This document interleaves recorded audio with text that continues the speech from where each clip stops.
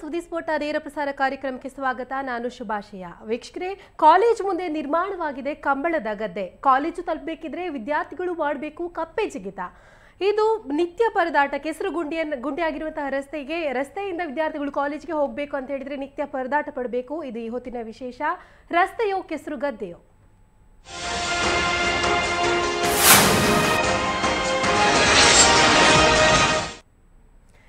ವೀಕ್ಷಕರೇ, ಕುಶಾಲನಗರ, ಕೊಡಗಿನ ಕುಶಾಲನಗರದ ಕನ್ನಡ ಭಾರತಿ ಕಾಲೇಜಿನ ಎದುರು ಪ್ರಮುಖವಾಗಿ ಒಂದು ದೊಡ್ಡ ಚರಂಡಿ ಅಥವಾ ಏನು ಕೆಟ್ಟು ಹೋದ ರಸ್ತೆ ನಿರ್ಮಾಣ ಆಗಿದೆ ಅಂತಾನೆ ಹೇಳ್ಬೋದು. ಮಳೆಗಾಲ ಬಂದ್ರೆ ಸಾಕು, ಇಲ್ಲಿ ಕಾಲೇಜಿನ ಮುಂದೆ ದೊಡ್ಡ ಚರಂಡಿ ನಿರ್ಮಾಣವಾಗುತ್ತೆ. ರಸ್ತೆ ಅನ್ನುವಂಥದ್ದು ರಸ್ತೆ ತರ ಇಲ್ಲದೆ ಹೋಗಿ ಬೇರೆ ಒಂದು ಪರಿಸ್ಥಿತಿ ನಿರ್ಮಾಣ ಆಗ್ಬಿಡುತ್ತೆ. ಅಲ್ಲಿ ನೀರು ಸೇರ್ಕೊಂಡು ಬಂದು ವಿದ್ಯಾರ್ಥಿಗಳು ಈ ಒಂದು ಶಾಲೆಗೆ ಬರ್ಬೇಕಂತ ಹೇಳಿದ್ರೆ ಕೆಸರಿನ ಗುಂಡಿಯನ್ನ ದಾಟ್ಕೊಂಡು ಬರ್ಬೇಕಾಗುತ್ತೆ, ಕಪ್ಪೆ ಜಿಗಿತ ಮಾಡ್ಬೇಕಾಗುತ್ತೆ. ಸುಮಾರು 500 ಮೀಟರ್ಗಳವರೆಗೆ ಈ ಒಂದು ರಸ್ತೆ ಇದೆ. ಆ ಶಾಲೆ ವಿದ್ಯಾರ್ಥಿಗಳು ಇರ್ಬೋದು, ಲೆಕ್ಚರರ್ಸ್ ಅಥವಾ ಟೀಚರ್ಸ್, ಸ್ಟಾಫ್ಸ್ ಇರ್ಬೋದು. ಆ ಕಾಲೇಜ್ಗೆ ಬರ್ಬೇಕಂತ ಹೇಳಿದ್ರೆ 500 ಮೀಟರ್ ದೂರದವರೆಗೆ ಏನು ಅವರ ವಾಹನನ ಅಲ್ಲಿಂದ ನಿಲ್ಲಿಸಿ ಬರ್ಬೇಕಾಗುತ್ತೆ. ಈ ಒಂದು ಪರಿಸ್ಥಿತಿಗೆ ಯಾರು ಕಾರಣ? ಕಾಲೇಜ್ ಮುಂದೆನೆ ನಿರ್ಮಾಣವಾಗಿರುವಂತಹ ಈ ಹೊಂಡ ಗುಂಡಿಯ ರಸ್ತೆಗೆ ಯಾರು ಕಾರಣ? ಸೊ ಯಾಕೆ ಅಧಿಕಾರಿಗಳು ಇದ್ರ ಬಗ್ಗೆ ಏನು ಪ್ರತಿಕ್ರಿಯೆ ತೋರ್ತಾ ಇಲ್ವಾ? ಇದ್ರ ಬಗ್ಗೆ ಇವತ್ತು ನಾವು ಚರ್ಚೆ ಮಾಡ್ತಾ ಇದ್ದೀವಿ. ಚರ್ಚೆ ಮಾಡಿಕ್ಕೆ ನನ್ನ ಜೊತೆ ನನ್ನ ಸಹೋದ್ಯೋಗಿ ಸುರೇಶ್ ಇದ್ದಾರೆ. ನಮಸ್ತೆ ಸುರೇಶ್, ಕಾರ್ಯಕ್ರಮಕ್ಕೆ ಸ್ವಾಗತ. ನಾವು ಇವತ್ತು ಮಾತಾಡ್ಬೇಕಂತ ಹೇಳಿದ್ರೆ ಕುಶಾಲನಗರದ ಕಾಲೇಜಿನ ಪರಿಸ್ಥಿತಿ ಮಾತ್ರ ಅಲ್ಲ, ಓವರ್ ಆಲ್ ಕರ್ನಾಟಕದಲ್ಲಿ ನೋಡ್ಬೇಕಂತ ಹೇಳಿದ್ರೆ ಸಾಕಷ್ಟು ಅವೈಜ್ಞಾನಿಕವಾಗಿ ಕಾಮಗಾರಿಗಳನ್ನ ಸರ್ಕಾರ ಮಾಡ್ತಾ ಇರುವಂತದ್ದು.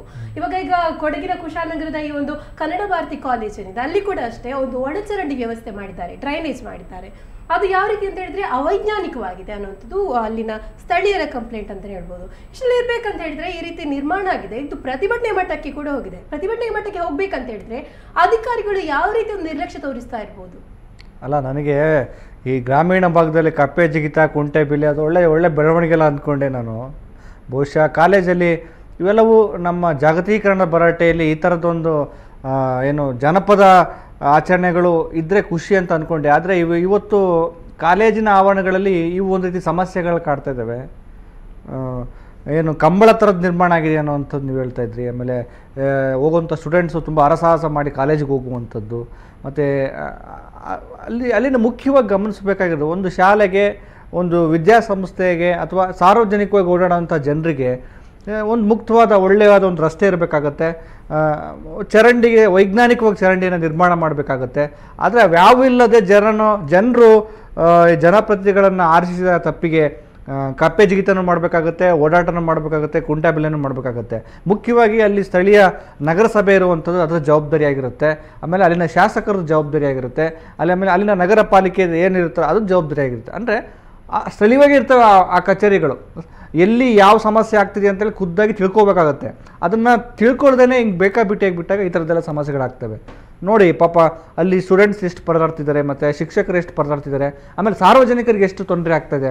ಅಲ್ಲಿ ನೋಡಿ ಅದನ್ನು ಸಾಂಕೇತಿಕವಾಗಿ ಪ್ರತಿಭಟನೆ ಮಾಡೋದಕ್ಕೆ ಅಂತ ಗಿಡಗಳನ್ನೆಲ್ಲ ನೆಟ್ಟು ಅದನ್ನ ನೋಡಿ ಕಲಿಬೇಕಾಗುತ್ತೆ. ಅಲ್ಲಿನ ಅಧಿಕಾರಿಗಳು ಮತ್ತು ಜನಪ್ರತಿನಿಧಿಗಳು ಅದನ್ನು ಗಂಭೀರವಾಗಿ ತಗೋಬೇಕಾಗತ್ತೆ. ಇಲ್ಲಾಂದರೆ ಎಲ್ಲ ಥರದ ಸ್ಥಿತಿಗಳು ಹಿಂಗಾದರೆ ಸಾಮಾನ್ಯರ ಪಾಡೇನು ಅಂತ ಅವ್ರ ಕರ್ತವ್ಯ ಅದು ಮಾಡದೇ ಇದ್ದರೆ ಎಷ್ಟು ಸಮಸ್ಯೆ ಆಗುತ್ತೆ ಅನ್ನೋದಕ್ಕೆ ದೊಡ್ಡ ಒಂದು ಸ್ಪಷ್ಟವಾದ ನಿದರ್ಶನ ಇದೆ. ಖಂಡಿತವಾಗಿ ನಾವು ದೃಶ್ಯಗಳಲ್ಲಿ ಕಾಣಬಹುದು. ಏನಂತ ಹೇಳಿದ್ರೆ ಸಾಕಷ್ಟು ಕಂಬಳದ ಗದ್ದೆ ರೀತಿ ತುಂಬಾ ಕೆಸರು ಗಿಜಿ ಆಗಿರುವಂಥದ್ದು. ವಿದ್ಯಾರ್ಥಿಗಳು ಶಾಲೆಗೆ ಬರ್ಬೇಕಂದ್ರೆ ಯಾವ ರೀತಿ ಪರದಾಟ ಪಡ್ತಾರೆ ಅಂತ ಹೇಳಿದ್ರೆ ಸುರೇಶ, ಪ್ರಮುಖವಾಗಿ ಅವರ ಸಮವಸ್ತ್ರಗಳಲ್ಲಿ ಸಾಕಷ್ಟು ಕೆಸರಾಗುತ್ತೆ. ಅದನ್ನ ತೊಳ್ಕೊಳ್ಳೋದಕ್ಕೆ ಅವರು ಪಕ್ಕದ ನೀರು ಇದಕ್ಕೆ ಹೋಗ್ಬೇಕಾಗುತ್ತೆ. ಸೊ ಅವರು ಸ್ಕೂಲಲ್ಲಿ ಕಳೆಯುವಂತಹ ಸಮಯನೆಲ್ಲ ಬಹುಶಃ ಅವರ ಡ್ರೆಸ್ ಅನ್ನ ಕ್ಲೀನ್ ಮಾಡ್ಕೊಳ್ಳೋದಕ್ಕೆ ಇರ್ಬೋದು ಅಥವಾ ಕೆಸರನ್ನ ತೆಗೆಯೋದಕ್ಕೆ ಇದಕ್ಕೆ ಅವರು ಸ್ಪೆಂಡ್ ಮಾಡ್ತಾರೆ ಅಂತ ಹೇಳಿ ಅನ್ಕೊಳ್ತೀನಿ. ಸೊ ಇಂಥ ಒಂದು ಸಂದರ್ಭದಲ್ಲಿ ಅವೈಜ್ಞಾನಿಕ ಕಾಮಗಾರಿ ಬಗ್ಗೆ ನಾನು ಮಾತಾಡ್ತಾ ಇದ್ದೆ. ಇವಾಗ ಒಳಚರಂಡಿ ನಿರ್ಮಾಣ ಮಾಡ್ಬೇಕಂತ ಹೇಳಿದ್ರೆ ಮಳೆ ಬಂದಾಗ ಯಾವತ್ತು ನೀರು ಹರಿದು ಹೋಗುವಂಥದ್ದು ತಗ್ಗು ಪ್ರದೇಶಕ್ಕೆ, ಕಾವೇರಿ ನೀರಿಗೆ ಹರಿದು ಹೋಗ್ಬೇಕಾಗಿರುವಂಥದ್ದು ಮಳೆ ಬಂದಾಗ. ಬಟ್ ಇಲ್ಲಿ ಅವೈಜ್ಞಾನಿಕವಾಗಿ ನಿರ್ಮಾಣವಾಗಿರುವಂತಹ ಚರಂಡಿ, ಡ್ರೈನೇಜ್ ವ್ಯವಸ್ಥೆ ಪ್ರತಿಯೊಂದು ಊರಿಗೆ ಬೇಕಾಗುತ್ತೆ, ಪ್ರತಿಯೊಂದು ಪಟ್ಟಣಕ್ಕೆ ಬೇಕಾಗುತ್ತೆ. ಅಲ್ಲಿನ ಕೊಳಚೆ ನೀರುಗಳು ಹೋಗ್ಲಿಕ್ಕೆ ಮಾಡಬೇಕಾಗಿರುವಂತಹ ಡ್ರೈನೇಜ್ ವ್ಯವಸ್ಥೆಗಳು. ಆದ್ರೆ ಏನಾಗುತ್ತೆ ಗೊತ್ತಾ, ಮಳೆ ನೀರು ಬಂದಾಗ ಅದು ತುಂಬಿಕೊಂಡು ಯಾವಾಗ ತಗ್ಗಿನ ಪ್ರದೇಶಕ್ಕೆ ಹೋಗ್ಬೇಕು. ಬಟ್ ಅದು ನೀರು ಹರಿಯುವಂತ ತಗ್ಗಿನ ಪ್ರದೇಶ ಕಾಲೇಜ್ ಯಾವ ಸೈಡ್ಗೆ ಇದೆ ಆ ಸೈಡ್ಗೆ ಇದೆ. ಈ ರೀತಿ ಅವೈಜ್ಞಾನಿಕ ಕಾಮಗಾರಿ ಮಾಡ್ಬೇಕಂತ ಹೇಳಿದ್ರೆ ಏನು ಪಟ್ಟಣ ಪಂಚಾಯತ್ ಇರ್ಬೋದು, ಅದಕ್ಕೆ ಸಂಬಂಧಪಟ್ಟವರು ಅಥವಾ ಆ ಒಂದು ಕಾಮಗಾರಿ ಮಾಡ್ಬೇಕಾದ ಇಂಜಿನಿಯರ್ಸ್ ಇದ್ರ ಬಗ್ಗೆ ಯೋಚನೆ ಮಾಡಲ್ವಾ? ಹಾಗಾದ್ರೆ ಇಷ್ಟೊಂದು ಬೇಜವಾಬ್ದಾರಿತನ ಅನ್ನೋದು. ಅದೇ ಈಗ ಅಧಿಕಾರಿಗಳಿಗೆ ಹೇಳ್ತೀನಲ್ಲ, ಅಧಿಕಾರಿಗಳಿಗೆ, ಜನಪ್ರತಿನಿಧಿಗಳಿಗೆ, ಕೆಲವು ಜನಪ್ರತಿನಿಧಿಗಳಿಗೆ ಎಮ್ಮೆ ಚರ್ಮ ಅವರಿಗೆ ಚಾಟಿ ಏಟು ತಗೊಂಡು ಮಾತಿನ ಚಾಟಿ ಏಟು ಅಥವಾ ಸಾರ್ವಜನಿಕರು ಬಿಸಿ ಮುಟ್ಟಿದಾಗಲೇ ಅವರಿಗೆ ಅರ್ಥ ಆಗುವಂಥದ್ದು. ನೋಡಿ, ಬೆಂಗಳೂರಿಗೆ ಒಂದು ದೊಡ್ಡದಾದ ಮಳೆ ಬಂದರೆ ತಡ್ಕೊಳ್ಳೋಕ್ಕಾಗದಿರೋಷ್ಟು ಸ್ಥಿತಿ ಬೆಂಗಳೂರಲ್ಲೇ ಇದೆ ಅನ್ನುವಂಥದ್ದು. ಅಂದರೆ ಎಲ್ಲಿ ವೈಜ್ಞಾನಿಕವಾಗಿ ಒಂದು ಸಮರ್ಪಕವಾದ ಒಂದು ಪ್ಲ್ಯಾನ್ಡ್ ಯೋಜನೆ ಇಲ್ಲದೆ, ಒಂದು ವೈಜ್ಞಾನಿಕವಾದ ಹಿನ್ನೆಲೆ ಇಲ್ಲದೆ ಯಾವುದೇ ಯೋಜನೆ ಮಾಡಿದ್ರು ಕೂಡ ಅದೆಲ್ಲವೂ ಹಳ್ಳ ಗುಂಡಿ ಹಿಡಿಯುವಂಥದ್ದೇ. ಇದು ಕೂಡ ಹಾಗೆ ಆಗಿದೆ. ಅಂದರೆ ಒಂದು ಮಳೆ ಬಂದಾಗ ಅಥವಾ ಹೆಚ್ಚು ನೀರು ಬಂದಾಗ ಚರಂಡಿ ಆ ನೀರನ್ನು ಹೇಗೆ ಕಳಿಸ್ಬೇಕು, ನೀರನ್ನ ಎಲ್ಲಿ ಕಳಿಸ್ಬೇಕು ಅನ್ನುವಂಥದ್ದು ಮುಖ್ಯ ಆಗುತ್ತೆ. ಇಲ್ಲಿ ಎಷ್ಟೇ ಯೋಜನೆ ಮಾಡಿದ್ರು ಇಲ್ಲಿ ಇಂಜಿನಿಯರ್ಸು ಅಥವಾ ಇನ್ಯಾರ್ಯಾರೋ ಈ ಗುತ್ತಿಗೆದಾರರು ಇವರು ದುಡ್ಡು ಹೊಡೆಯೋ ಹಂತದಲ್ಲಿ ಕಳಪೆ ಮಟ್ಟದ ಕಾಮಗಾರಿಗಳನ್ನ ಮಾಡಿದಾಗ ಈ ಥರದ್ದೆಲ್ಲ ಆಗೋದಕ್ಕೆ ಬಹುಶಃ ಕಾರಣ ಆಗುತ್ತೆ. ಅಲ್ಲಿ ತುಂಬ ಸ್ಪಷ್ಟವಾಗಿ ಒಂದು ಒಳ್ಳೆ ಉದ್ದೇಶ ಇಟ್ಕೊಂಡು ಗುಣಮಟ್ಟದ ಕಾಮಗಾರಿ ಆಗಿದ್ದರೆ ಬಹುಶಃ ಆ ಥರದ ಚಿತ್ರಣ ನಿರ್ಮಾಣ ಆಗ್ತಿರಲಿಲ್ಲ. ಇದರಿಂದಾಗಿ ಶಿಕ್ಷಕರು ಆಮೇಲೆ ವಿದ್ಯಾರ್ಥಿಗಳು ಪರದಾಡುವಂಥದ್ದು, ಅವರಿಗೆ ಹೋಗಿ ಶಾಲೆಯಲ್ಲಿ ಕಲಿಯೋದು ಬದಲು ಅಲ್ಲಿ ಬಟ್ಟೆನ ವಾಶ್ ಮಾಡುವಂಥ ಸ್ಥಿತಿ ನಿರ್ಮಾಣ ಆಗಿದೆ. ಅಂದರೆ ಎಲ್ಲಿಗೆ ಹೋಗುವಂಥ ಸಾರ್ವಜನಿಕರಿರ್ಬೋದು, ಒಂದು ಸ್ಥಳಕ್ಕೆ ಹೋಗುವಂಥವ್ರಿಗೆ ಒಂದು ಒಳ್ಳೆಯ ಒಂದು ಮೂಡ್ ಇರಬೇಕಾಗುತ್ತೆ. ಅದು ಅವ್ರ ಕ್ಷೇತ್ರ ಆಗಿರುತ್ತೆ, ಅವರು ಪ್ರತಿನಿತ್ಯ ನಡೆದಾಡುವಂಥ ರಸ್ತೆ ಆಗಿರುತ್ತೆ. ಅವ್ರ ರಸ್ತೆನೇ ಸರಿ ಇಲ್ಲ ಅಂದರೆ ಅಲ್ಲಿನ ಆಡಳಿತ ವ್ಯವಸ್ಥೆ ಹೇಗಿದೆ ಅನ್ನೋದಕ್ಕೆ ಇದೊಂದು ಸಾಕ್ಷಿ. ಅಲ್ಲಿನ ಆಡಳಿತ ವ್ಯವಸ್ಥೆ ಕೂಡ ಇದೇ ರೀತಿ ಇದೆಯಾ, ಅಲ್ಲಿನ ಅಧಿಕಾರಿಗಳು ಕೂಡ ಇದೇ ರೀತಿ ಕೆಲಸ ಮಾಡ್ತಿದ್ದಾರೆ ಅನ್ನೋದು ಇಲ್ಲಿಂದನೇ ಗೊತ್ತಾಗುತ್ತೆ. ಒಂದು ರಸ್ತೆ, ಒಂದು ಚರಂಡಿ ಕಾಮಗಾರಿ ಈ ಥರನೇ ಇದೆ ಅಂದರೆ ಇನ್ನು ಅವ್ರು ಮಾಡುವಂಥ ಕೆಲಸಗಳು ಹೇಗಿರಬೇಡ ಅನ್ನೋದು ಇದೆಲ್ಲ ಕಾರಣ ಆಗುತ್ತೆ. ಒಂದು ಚಿಕ್ಕದ ಅಲ್ಲಿರೋ ಸಮಸ್ಯೆಯನ್ನು ಗಂಭೀರವಾಗಿ ತಗೊಳ್ತದೆ, ನೆಗ್ಲೆಕ್ಟ್ ಮಾಡ್ತಾ ಹೋದರೆ ನಾಳೆ ಅಲ್ಲಿ ಸೊಳ್ಳೆಗಳೆಲ್ಲ ಕೂತ್ಕೊಂಡು ರೋಗ ರುಜಿನಗಳು ಶುರುವಾಗುವಂಥದ್ದು, ಆಮೇಲೆ ಸಾಂಕ್ರಾಮಿಕ ರೋಗಗಳು ಶುರುವಾಗುವಂಥ. ಯಾಕಂದ್ರೆ ನಿಂತು ನೀರು ಒಂದು ಕಡೆ ನಿಲ್ಲಬಾರ್ದು, ಆಗ ನಿಲ್ಲೋದ್ರಿಂದ ಬೇರೆ ಬೇರೆ ರೋಗಗಳು ಸೃಷ್ಟಿಯಾಗ್ತವೆ, ಡೆಂಗ್ಯೂ ಆ ಥರದ್ದೆಲ್ಲ ಸೊಳ್ಳೆ ಆಗುತ್ತೆ. ಆಮೇಲೆ ರಾತ್ರಿ ಬರುವಂತಹ ವಾಹನಗಳಿಗೆ ಅಥವಾ ಜನಗಳಿಗೆ ಕತ್ತಲಲ್ಲಿ ಏನು ಗೊತ್ತಿರಲ್ಲ, ಕೆಸಲ್ಲಿ ಬೀಳುವಂಥ ಮತ್ತು ವಯಸ್ಸಾದಂಥವ್ರಿಗೆ ತುಂಬ ಕಷ್ಟ ಆಗುತ್ತೆ. ಇವೆಲ್ಲವನ್ನು ಕೂಡ ಅಲ್ಲಿನ ಸ್ಥಳೀಯ ಜನಪ್ರತಿನಿಧಿಗಳು ಮತ್ತು ಅಧಿಕಾರಿಗಳು ಗಮನ ಹರಿಸ್ಬೇಕಿತ್ತು.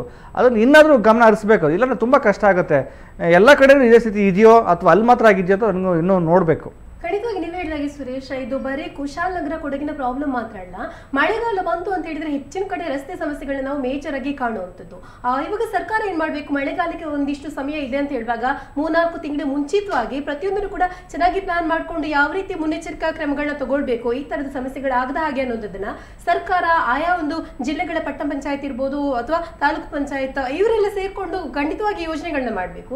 ಆದ್ರೆ ಇಂಥ ಒಂದು ಸಂದರ್ಭದಲ್ಲಿ ಮಳೆ ಬಂದಾಗ ಎಲ್ಲರೂ ಕೂಡ ಎಚ್ಚೆತ್ತುಕೊಳ್ತಾರೆ. ಆ ಸಂದರ್ಭದಲ್ಲಿ ಏನ್ ಮಾಡ್ಲಿಕ್ಕೆ ತಾನೇ ಸಾಧ್ಯ ಇದೆ ಅಂತ. ಹೌದು. ಯಾಕಂದ್ರೆ ಈಗ ಯಾವುದೇ ಒಂದು ಗಡ್ಡ ಬಿದ್ದಾಗ ಬಾವಿ ತೋಡೋ ಅನ್ನೋ ಥರದಲ್ಲಿ ಆಗುತ್ತೆ. ಸಮಸ್ಯೆಗಳಾದಾಗ ಅದ್ರ ಪರಿಹಾರ ಯೋಚನೆ ಮಾಡ್ತಾರೆ. ಸೊ ಅದಕ್ಕೂ ಮುಂಚೆ ಸಮಸ್ಯೆಗಳು ಸೃಷ್ಟಿಯಾಗೋದಕ್ಕಿಂತ ಮುಂಚೆನೇ ಪರಿಹಾರವನ್ನು ಯೋಚನೆ ಮಾಡಿ ಅದಕ್ಕೆ ಏನೆಲ್ಲ ಮಾಡ್ಕೋಬೇಕು, ಮಾರ್ಪಾಟುಗಳನ್ನ ಮಾಡ್ಕೋಬೇಕು, ಏನೆಲ್ಲ ತಯಾರಿಗಳನ್ನ ಮಾಡ್ಕೊಂಡ್ರೆ ಈ ಥರದ ಸಮಸ್ಯೆಗಳು ತುಂಬ ಸಿಲ್ಲಿ ಆಗ್ತವೆ. ಭಾಳ ಬೇಗ ತುಂಬ ಸುಲಭೋಪಾಯದಲ್ಲಿ ಸಮಸ್ಯೆಗಳನ್ನ ಬಗೆಹರಿಸ್ಕೋಬೋದು. ಸೊ ಅವ್ರಿಗೇನಾಗುತ್ತೆ ಅಂದರೆ ಬೇರೆ ಬೇರೆಯಾದ ಸಮಸ್ಯೆಗಳಿರ್ತವೆ ಅಂತ ಅಂದ್ಕೋಬಾರ್ದು. ಅವ್ರು ಬೇರೆ ಬೇರೆ ಅವ್ರದ್ದೇ ಆದ ಚಿಂತೆಯಲ್ಲಿ ಮುಳುಗಿರ್ತಾರೆ. ಅವರಿಗೆ ಹಣ ಮಾಡುವಂಥದ್ದು ಅಥವಾ ಇನ್ನೇನೇನೋ ಅವ್ರಿಗೆ ಈ ಥರದ ವಿಷಯಗಳೆಲ್ಲ ಮುಖ್ಯ ಆಗಲ್ಲ. ಜನರ ಸಮಸ್ಯೆಗಳು ಮುಖ್ಯ ಆಗಲ್ಲ, ಆ ರಸ್ತೆ ಕೆಟ್ಟಿರೋದು ಮುಖ್ಯ ಆಗಿಲ್ಲ. ನಾಳೆ ಅಲ್ಲೇನಾದರೂ ಅನಾಹುತ ಸಂಭವಿಸಿದ್ರೆ, ತೊಂದರೆ ಸಂಭವಿಸಿದ್ರೆ ಅವಾಗ ಎಚ್ಚೆತ್ಕೊಳ್ತಾರೆ, ಇಲ್ಲಿ ಗುಂಡಿನ ಮುಚ್ಚಿಸ್ಬೇಕಿತ್ತು, ಇಲ್ಲಿ ನೀರು ಬರ್ದಂಗೆ ತಡೆಗಟ್ಟಬೇಕಿತ್ತು ಅಂತ. ಇನ್ನಾದರೂ ಒಂದು ಅವಕಾಶ ಇದೆ. ಬೇರೆ ಯಾವುದು ಅನಾಹುತ ಸಂಭವಿಸೋಕ್ಕಿಂತ ಮುಂಚೆ ಅಲ್ಲಿನ ಕುಶಾಲನಗರದ ಜನಪ್ರತಿನಿಧಿಗಳು, ಮುಖ್ಯವಾಗಿ ಶಾಸಕರು, ಅಲ್ಲಿನ ಶಾಸಕರು ಈ ವಿಷಯವನ್ನು ತುಂಬ ಖುದ್ದಾಗಿ ಗಮನಿಸಿ ಇದಕ್ಕೆ ಕೂಡಲೇ ಏನಾಗಬೇಕು ಅನ್ನೋದನ್ನು ಅವರು ಸರಿಪಡಿಸಬೇಕು. ಇಲ್ಲಾಂದರೆ ಎಷ್ಟು ಸಮಸ್ಯೆಗಳಾಗ್ತವೆ ಅನ್ನೋದಕ್ಕೆ, ಅಥವಾ ಅಲ್ಲಿನ ಜನಪ್ರತಿನಿಧಿಗಳ ಗೋಳನ್ನಾದರೂ ಕೇಳಬೇಕಾಗುತ್ತೆ, ಅವ್ರು ಎಷ್ಟು ಕಷ್ಟಪಡ್ತಾರೆ ಏನು ಅನ್ನೋದು. ಹೀಗಾಗಿ ಈ ಥರದ ಸಮಸ್ಯೆಗಳನ್ನ ತುಂಬ ನಿರ್ಲಕ್ಷ್ಯ ವಹಿಸಬಾರ್ದು. ಎಸ್, ಖಂಡಿತವಾಗಿ ಅಲ್ಲಿನ ಪಟ್ಟಣ ಪಂಚಾಯಿತಿಯ ನಿರ್ಲಕ್ಷ್ಯದ ಬಗ್ಗೆ ಮಾತಾಡೋದಕ್ಕಿಂತ ಮುಂಚೆ ಇವಾಗ ಒಂದು ಕಾಮಗಾರಿ ಮಾಡ್ಬೇಕಂತ ಹೇಳಿದ್ರೆ ಎಂಜಿನಿಯರ್ಸ್ ಬರ್ತಾರೆ, ಒಂದು ಕಾಮಗಾರಿ ಪ್ಲಾನ್ ಮಾಡ್ತಾರೆ, ಅವ್ರಿಗೆ ಇಂತಿಷ್ಟು ಅಂತ ಹೇಳಿ ಪ್ರಾಜೆಕ್ಟ್ ಪೀರಿಯಡ್ ಇರುತ್ತೆ, ಅವರ ಕೆಲಸ ಮುಗಿಸ್ಕೊಂಡು ಅಥವಾ ಹಣ ತಗೊಂಡು ಕೈ ತುಳ್ಕೊಂಡು ಹೋಗ್ಬಿಡ್ತಾರೆ. ಅದಾದ ನಂತರ ಈ ರೀತಿ ಇದರ ಒಂದು ಪರಿಣಾಮನ ಏನು ಕಳಪೆ ಕಾಮಗಾರಿಯ ಪರಿಣಾಮನ ಅನುಭವಿಸಬೇಕಾಗಿರುವಂತವ್ರು ಅಲ್ಲಿರುವಂತಹ ಸ್ಥಳೀಯರು. ಸೊ ಇಂಥ ಒಂದು ಸಂದರ್ಭದಲ್ಲಿ ಆ ಅಧಿಕಾರಿಗಳಿಗೆ ಅಥವಾ ಎಂಜಿನಿಯರ್ಸ್ ಇರ್ಬೋದು, ಆ ಒಂದು ಯೋಜನೆಯಲ್ಲಿ ಯಾರೆಲ್ಲ ಇರ್ತಾರೆ, ಸೊ ಅಂತವರಿಗೆ ಯಾವ ರೀತಿಯ ಪನಿಷ್ಮೆಂಟ್ ಕೊಡ್ಬೋದು, ಯಾವ ರೀತಿಯ ಒಂದು ಕ್ರಮಕ್ಕೆ ಸರ್ಕಾರ ಮುಂದಾಗ್ಬೋದು? ಅದೇ ಈಗ ಅಂದರೆ ಜನಪ್ರತಿನಿಧಿಗಳು ಅಲ್ಲಿ ಆ ವಿಷಯಗಳನ್ನು ತುಂಬ ಗಂಭೀರವಾಗಿ ತಗೊಂಡು ಸಂಬಂಧಪಟ್ಟವ್ರಿಗೆ ದೂರು ಕೊಡಬೇಕಾಗುತ್ತೆ.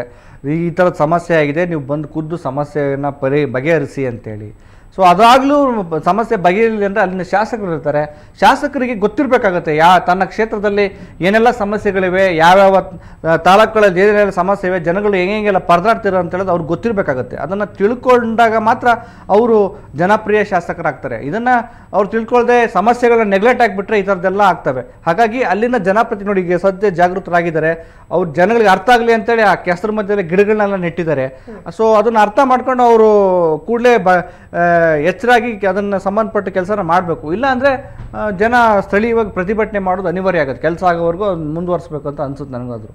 ಓಕೆ, ನಾವಿಲ್ಲಿ ಗಮನಿಸ್ತಾ ಇದ್ದೀವಿ ಅಂತ ಹೇಳಿದ್ರೆ ಒಂದು ದೃಶ್ಯದಲ್ಲಿ ನೋಡ್ಬೋದು, ಅಥವಾ ನಮಗೆ ಬಂದಿರೋ ವರದಿ ಪ್ರಕಾರ ಜನರು ಸಾಕಷ್ಟು ಪ್ರತಿಭಟನೆಯನ್ನ ಮಾಡ್ತಾ ಇದ್ದಾರೆ, ಗಿಡ ನೆಟ್ಟು ಪ್ರತಿಭಟನೆ ಮಾಡ್ತಾ ಇದ್ದಾರೆ. ಆದ್ರೆ ಅದಕ್ಕಿಂತ ಮುಂಚೆ ಇನ್ನೊಂದು ಪ್ರಶ್ನೆ ಹೇಳುತ್ತೇನೆ ಅಂತ ಹೇಳಿದ್ರೆ, ಈ ಒಂದು ಸಮಸ್ಯೆ ಮುಂಚೆ ಕಾಲೇಜ್ ಆಡಳಿತ ಮಂಡಳಿಗೆ ಗೊತ್ತಿತ್ತು, ಆಮೇಲೆ ಸ್ಥಳೀಯರಿಗೆ ಗೊತ್ತಿತ್ತು, ವಿದ್ಯಾರ್ಥಿಗಳಿಗೆ ಗೊತ್ತಿತ್ತು. ಮಳೆಗಾಲದಲ್ಲಿ ಇಂಥ ಒಂದು ಪರಿಸ್ಥಿತಿ ನಿರ್ಮಾಣ ಆಗ್ಬೋದು ಅಂತ ಅವ್ರ ಕೈಯಿಂದ ಏನಾದರೂ ಮಾಡ್ಲಿಕ್ಕೆ ಸಾಧ್ಯ ಆಯ್ತಾ? ಯಾಕೆ ಈ ಒಂದು ಕ್ರಮಕ್ಕೆ ಅವರು ಮುಂದಾಗಲಿಲ್ಲ ಅನ್ನೋದು ಅದೇ ಗೊತ್ತಿಲ್ಲ. ಅಲ್ಲೇ ಮುನ್ನೆಚ್ಚರಿಕೆ ಕ್ರಮವನ್ನು ತಗೊಳ್ಳದೇ ಇರೋದಕ್ಕೆ ದೊಡ್ಡ ಸಮಸ್ಯೆ ಆಗಿರುವಂಥದ್ದು. ಸೊ ಇನ್ನಾದರೂ ಅಲ್ಲಿನ ಸ್ಥಳೀಯರು ಇದನ್ನು ತುಂಬ ಸೀರಿಯಸ್ ಆಗಿ ತಗೊಂಡು, ಸೊ ಈ ಥರ ಅವರೇ ಎಚ್ಚರಿಕೋಬೇಕು. ಏನು ಎಲ್ಲವನ್ನು ಕೂಡ ಸರ್ಕಾರದ ನಿರೀಕ್ಷೆ ಮಾಡೋಕ್ಕಾಗಲ್ಲ. ಸರ್ಕಾರವನ್ನು ನೆಂಚ್ಕೊಂಡ್ರೆ ಏನೂ ಆಗೋದಿಲ್ಲ. ಸೊ ಸರ್ಕಾರಕ್ಕೆ ಬಿಸಿ ಮುಟ್ಟಿಸೋ ರೀತಿಯಲ್ಲಿ ಇವರೇ ತಮ್ಮ ಭಾಗದಲ್ಲಿರುವಂಥ ರಸ್ತೆಗಳನ್ನು ಹೇಗೆ ನೋಡ್ಕೋಬೋದು, ಅಥವಾ ಅವರೇ ಹಣವನ್ನು ಕಲೆಕ್ಟ್ ಮಾಡ್ಕೊಂಡು ಸರಿ ಮಾಡ್ಕೊಳ್ಳುವಂಥದ್ದ, ಅಥವಾ ಏನಾದರೂ ಮಾಡ್ಕೊಳ್ಳೋಂಥ ಇದನ್ನೆಲ್ಲ ಚಿಂತೆ ಮಾಡಿದಾಗ ಏನಾದರೂ ಮಾಡಬೇಕಾಗುತ್ತೆ. ಇಲ್ಲಾಂದರೆ ಸರ್ಕಾರವನ್ನು ನೆಚ್ಕೊಂಡ್ರೆ ನಾಳೆ ಎಲ್ಲ ಏನೂ ಆಗೋದಿಲ್ಲ. ಖಂಡಿತ ಸುರೇಶ್, ಮಾತಾಡೋಣ. ನಮ್ಮ ಜೊತೆ ಪಟ್ಟಣ ಪಂಚಾಯತ್ ಮುಖ್ಯ ಅಧಿಕಾರಿಯಾಗಿರುವಂತಹ ಶ್ರೀಧರ್ ಅವರಿದ್ದಾರೆ. ಹಲೋ ಸರ್, ನಮಸ್ಕಾರ. ಸರ್ ಮಾತಾಡಿ. ಈಗ ಕುಶಾಲನಗರದಲ್ಲಿ ಏನೋ ಕನ್ನಡ ಭಾರತಿ ಅನ್ನುವಂಥ ಕಾಲೇಜ್ ಎದುರುಗಡೆ ನಿರ್ಮಾಣವಾಗಿರುವಂತಹ ಕೆಸರಿನ ರಸ್ತೆ ಅಥವಾ ಚರಂಡಿ ಅಂತಾನೆ ಹೇಳ್ಬೋದು. ಚರಂಡಿ ಒಂದು ರೀತಿಯಲ್ಲಿ ಒಂದು ಪರಿಸ್ಥಿತಿ ನಿರ್ಮಾಣ ಆಗಿದೆ. ರಸ್ತೆ ಅನ್ನುವಂಥದ್ದು ಆ ಒಂದು ಕಲ್ಪನೆ ಇಲ್ಲದ ಮಟ್ಟಿಗೆ ಮಳೆಗಾಲದಲ್ಲಿ ಈ ರೀತಿ ರಸ್ತೆಯ ಪರಿಸ್ಥಿತಿ ಆಗಿರುವಂಥದ್ದು. ಸೊ ಇದಕ್ಕೆ ಯಾರು ಕಾರಣ ಸರ್? ತಮ್ಮಿಂದ ಯಾವ ರೀತಿಯ ಕ್ರಮಗಳನ್ನ ತಗೊಂಡಿದ್ದೀರಿ ರಸ್ತೆ ರಿಪೇರಿಗೆ? ರಸ್ತೆ ಬಗ್ಗೆ ಗಮನಿಸಿದೀವಿ. ಅಲ್ಲಿ ನಮ್ಮ ಯುಜಿಡಿ ವರ್ಕ್ ಆಗಿದೆ. ಅದರಲ್ಲಿ ನಮ್ಗೆ ಅದು ಆಸ್ಫಾಲ್ಟ್ ಸರ್ಫೇಸ್ ಇರ್ಲಿಲ್ಲ. ಹಾಗಾಗಿ ಸ್ವಲ್ಪ ಅಲ್ಲಿ ಪೈಪ್ ಲೈನ್ ನಮ್ದು ವಿಡ್ತ್ ಜಾಸ್ತಿ ಆಗಿದೆ. ರಸ್ತೆ ಪೂರ್ತಿ ವಿಡ್ತ್ ಕವರ್ ಆಗಿದೆ, ಪೈಪ್ ಲೈನ್ ಹೋಗಿದೆ. Work under progress. ಅದು ವರ್ಕ್ ಮುಗಿದ ತಕ್ಷಣ ಅದರ ರಿಪೇರಿ ನಾವು ಮಾಡ್ತೀವಿ. ಅದಕ್ಕೆ ಎಸ್ಟಿಮೇಟ್ ಸಹ ಮಾಡಿದೀವಿ. ಟೆಂಡರ್ ಪ್ರೋಸೆಸ್ ಇದೆ. ಮಳೆಗಾಲ ಆಗಿದ್ರಿಂದ ಸ್ವಲ್ಪ ತಾಪತ್ರೆ ಆಗಿದೆ. ಈಗ ಓಡಾಡ್ಲಿಕ್ಕೆಲ್ಲ ನಾವು ಈಗ ಅವರಿಗೆ ತಾತ್ಕಾಲಿಕ ವ್ಯವಸ್ಥೆ ಮಾಡಿದೀವಿ ನಾವು. ಅಲ್ಲ, ಯಾಕೆಂದ್ರೆ ಮಳೆಗಾಲ ಕಳೆದ ತಕ್ಷಣ ನಾವು ಅದು ವರ್ಕ್ ಮಾಡ್ಕೊಡ್ತೀವಿ. ಅಲ್ಲ, ಈ ವಿಷಯನ ಗಂಭೀರವಾಗಿ ತಗೊಳ್ತಾರೆ. ನಾಳೆ ಏನಾದ್ರು ಈ ವಯಸ್ಸಾದಂಥವ್ರಿಗೆ ಮತ್ತೆ ಕತ್ಲಲ್ಲಿ ಬರುವಂತವ್ರಿಗೆ ಮತ್ತೆ ಈಗ ಪ್ರೆಸೆಂಟ್ ವಿದ್ಯಾರ್ಥಿಗಳಿಗೆ ತುಂಬಾ ಸಮಸ್ಯೆ ಆಗ್ತಾ ಇದೆ, ಮತ್ತೆ ಸಾರ್ವಜನಿಕರು ಕೂಡ ತೊಂದರೆ ಆಗ್ತಾ ಇದೆ. ಅದು ರೆಸಿಡೆನ್ಷಿಯಲ್ ಬರಲ್ಲ. ಅದು ಬಂದು ಕಾಲೇಜ್ ಇದೆ. ಕಾಲೇಜ್ ಆಡಳಿತ ಮಂಡಳಿಗೂ ಹೇಳಿದೀವಿ, ನಾವು ಮಾಡ್ಕೊಡ್ತೀವಿ. ಆ ವರ್ಕ್ ನಾವು ಆದ್ಯತೆ ಮೇಲೆ ಮಾಡ್ತೀವಿ. ನಾವು ಅಶ್ಯೂರೆನ್ಸ್ ಕೊಟ್ಟಿದೀವಿ. ಅಲ್ಲ, ಯಾಕೆಂದ್ರೆ ಆಡಳಿತ ಮಂಡಳಿ ಅವ್ರು ಹೇಳ್ಬೋದು, ಆದ್ರೆ ಸಮಸ್ಯೆನ ಅನುಭವಿಸುವಂತವ್ರು ವಿದ್ಯಾರ್ಥಿಗಳಲ್ವಾ. ಪ್ರತಿನಿತ್ಯ ಅವರು ಡ್ರೆಸ್ಗಳನ್ನ ಹಾಕೊಂಡು ಹೋಗಿರ್ತಾರೆ, ಸಮಸ್ಯೆ ಆಗುವಂಥದ್ದು. ಮತ್ತೆ ಅಲ್ಲಿ ಸಾರ್ವಜನಿಕರು ಹೋಗೋದಾಗಲೂ ತುಂಬಾ ಸಮಸ್ಯೆ ಆಗ್ಬೋದು. ನಾಳೆ ಏನಾದ್ರು ಪ್ರಾಬ್ಲಮ್ ಆದಾಗ ಹಿಂಗಾಯ್ತಲ್ಲ ಅನ್ನೋದಕ್ಕಿಂತ ಮುಂಚೆ ಮೊದಲೇನೆ ಮುನ್ನೆಚ್ಚರಿಕೆ ವಹಿಸ್ಕೊಂಡ್ರೆ ಒಳ್ಳೇದಲ್ವಾ ಅಂತ. ಓಕೆ ಸರ್, ಈಗ ಪ್ರಮುಖವಾಗಿ ನೀವು ಹೇಳಿದ್ರಿ ಅದ್ರ ಬಗ್ಗೆ ಗಮನ ಹರಿಸ್ತೀವಿ. ನಾವು ವರ್ಕ್ ಮಾಡ್ತೀವಿ, ಅದು ಮಾಡ್ತೀವಿ. ಓಕೆ ಸರ್, ಹೇಳಿದ್ರಿ ನೀವು ಬಗ್ಗೆ ಗಮನ ಹರಿಸ್ತಿದ್ದೀವಿ. ಓಕೆ ಸರ್, ಹೇಳಿದ್ರಿ ನೀವು ವರ್ಕ್ ಅಂಡರ್ ಪ್ರೋಗ್ರೆಸ್ ಅಂತ ಹೇಳಿದ್ರಿ. ಪೈಪ್ ಲೈನ್ ಹೊಡೆದು ಹೋಗಿದೆ, ನಾವು ಕಾಮಗಾರಿ ಮಾಡ್ತಾ ಇದೀವಿ ಅಂತ ಹೇಳಿ. ಮಳೆಗಾಲದಲ್ಲಿ ಮಾಡ್ಬೇಕಿತ್ತ, ಅದಕ್ಕಿಂತ ಮುಂಚೆ ಮಾಡ್ಲಿಕ್ಕೆ ಆಗ್ಲಿಲ್ವಾ ಅಂತ? ಮಳೆಗಾಲದಲ್ಲಿ ಈ ಕಾಮಗಾರಿನ ತಗೊಳ್ಬೇಕಿತ್ತ ನೀವು? ಅದಕ್ಕಿಂತ ಮುಂಚೆ ಮಳೆ ಬರೋದಕ್ಕಿಂತ ಒಂದೆರಡು ತಿಂಗಳು ಮುಂಚೆ ನೀವು ತಗೊಳ್ಳಿಕ್ಕೆ ಆಗಿಲ್ಲ. ಇದು ಫೈನಲ್ ಸ್ಟೇಜ್. ಯುಜಿಡಿ 3 years ಇಂದ ವರ್ಕ್ ನಡೀತಾ ಇದೆ. ಇದು ಫೈನಲ್ ಸ್ಟೇಜ್ ಅಲ್ಲಿ ಅಲ್ಲಿ ನಮ್ಮ ಪೈಪ್ ಲೈನ್ ಎಂಡ್ ಆಗ್ಬೇಕು, ಅದೇ ರೋಡ್ ಅಲ್ಲಿ ಆಗ್ಬೇಕಿತ್ತು. ಹಾಗಾಗಿ ಈಗ ಲಾಸ್ಟ್ ಮಂತ್ ಅಲ್ಲಿ ವರ್ಕ್ ಮಾಡಿದೀವಿ. ಯಾಕೆ ಅಧಿಕಾರಿಗಳು ಇಷ್ಟು ಕೆಲಸಗಳಲ್ಲಿ ನಿಧಾನ ಮಾಡ್ತಾ ಇದ್ದಾರೆ ಅಂತ ಹೇಳಿ ಪ್ರತಿ ಕಡೆ ನೋಡಿದ್ರು ಕೂಡ, ಈಗ ನಿಮ್ಮ ಒಂದು ಇದನ್ನೇ ನೋಡಿದ್ರು ಕೂಡ, ರಸ್ತೆ ವ್ಯವಸ್ಥೆ ನೋಡಿದ್ರು ಕೂಡ, ಮಳೆಗಾಲ ಬಂತು ಅಂತ ಹೇಳಿದ್ರೆ ಎಚ್ಚೆತ್ಕೊಳ್ತೀರಿ ನೀವು. ಇಲ್ಲಿವರೆಗೆ ಯಾಕೆ ಒಂದು ಕೆಲಸಗಳು ಆಗ್ಲಿಲ್ಲ ಅಂತ? ಇಲ್ಲ ಅದು ವರ್ಕ್ ನಾವು ನೋಡಿ, ಅಲ್ಲಿ ಪೈಪ್ ಲೈನ್ ವರ್ಕ್ ಆಗಿದೆ ಲಾಸ್ಟ್ ಮಂತ್. ಅಲ್ಲಿ ಸ್ವಲ್ಪ ಜಾಗದ ತಕರಾರಿಂದ ನಮ್ಗೆ ಅಲ್ಲಿ ಲೇಟ್ ಆಯ್ತು. ಅಷ್ಟರೊಳಗಡೆ ಮಳೆಗಾಲ ಶುರುವಾಯ್ತು. ಈ ಮಳೆಗಾಲ ಆದ ತಕ್ಷಣ ಮಾಡ್ತೀವಿ. ಈಗ ತಾತ್ಕಾಲಿಕ ವ್ಯವಸ್ಥೆ ನಾವು ಮಾಡಿದೀವಿ. ಓಕೆ ಸರ್, ಎಷ್ಟು ದಿನದಲ್ಲಿ ಈಗ ನೀವು ಈಗ ಕಾಮಗಾರಿ ಕಂಪ್ಲೀಟ್ ಮಾಡ್ತೀರಿ ಅಂತ ಹೇಳಿ ಜನರಿಗೆ ಏನ್ ಭರವಸೆ ಕೊಡ್ತೀರಿ? ಇನ್ನು 3 months ಬೇಕಾಗುತ್ತೆ. ಇನ್ನು 3 months? ಹಾಗಾದ್ರೆ ಮಳೆಗಾಲ ಮುಗ್ದು ಹೋಗಿರುತ್ತೆ, ಬರೋ ವರ್ಷಕ್ಕೆ ಇದು ಮಾಡ್ಬೇಕು. ಈಗ ಟೆಂಡರ್ ಆಗಿದೆ. ಅಲ್ಲ, ಈಗ ಒಂದ್ ಸೆಕೆಂಡ್, ಈಗ ಕಾಮಗಾರಿ ನೀವು ಅಷ್ಟು ಸಮಯ ಆದ್ರೂ ಪರವಾಗಿಲ್ಲ. ಸೊ ಮತ್ತೆ ಪರ್ಯಾಯ ವ್ಯವಸ್ಥೆ ಏನಿದೆ ಅಂತ ಅಲ್ಲಿ ಓಡಾಡೋಂಥವ್ರಿಗೆ ಏನ್ ಮಾಡ್ಬೋದು? ಅದೇ ಸಮಸ್ಯೆಲ್ಲೇ ಇರ್ಬೇಕಂತ 3 ತಿಂಗಳವರೆಗೂ ಜನಗಳು? ಇಲ್ಲ, ಹಾಕಿ ತಾತ್ಕಾಲಿಕವಾಗಿ ಪರ್ಯಾಯ ವ್ಯವಸ್ಥೆ ಮಾಡ್ಕೊಡ್ತೀವಿ. ಹೇಳಿದೀವಿ, ಅಟೆಂಡ್ ಮಾಡ್ತಾರೆ, ನಾಳೆಯಿಂದ ವರ್ಕ್ ಮಾಡ್ತಾರೆ. ಓಕೆ ಸರ್, ಈಗ ಜನರು ಸಾಕಷ್ಟು ಪ್ರತಿಭಟನೆ ಮಾಡ್ತಾ ಇದ್ದಾರೆ, ತಮ್ಮಿಂದ ಯಾವುದೇ ರೀತಿಯ ಪ್ರತಿಕ್ರಿಯೆ ಸಿಗ್ತಾ ಇಲ್ಲ. 2-3 ಸರಿ ಪ್ರತಿಭಟನೆ ಆಯ್ತು ಅಂತ ಕಂಪ್ಲೇಂಟ್ಸ್ ಇದೆಯಲ್ಲ. ಸ್ಥಳ ಪರಿಶೀಲನೆ ಮಾಡಿದೀವಿ, ಪ್ರತಿಕ್ರಿಯೆ ಕೊಟ್ಟಿದ್ದೀವಿ, ಅದು ನಾವು ವರ್ಕ್ ಮಾಡಿಸ್ತೀವಿ.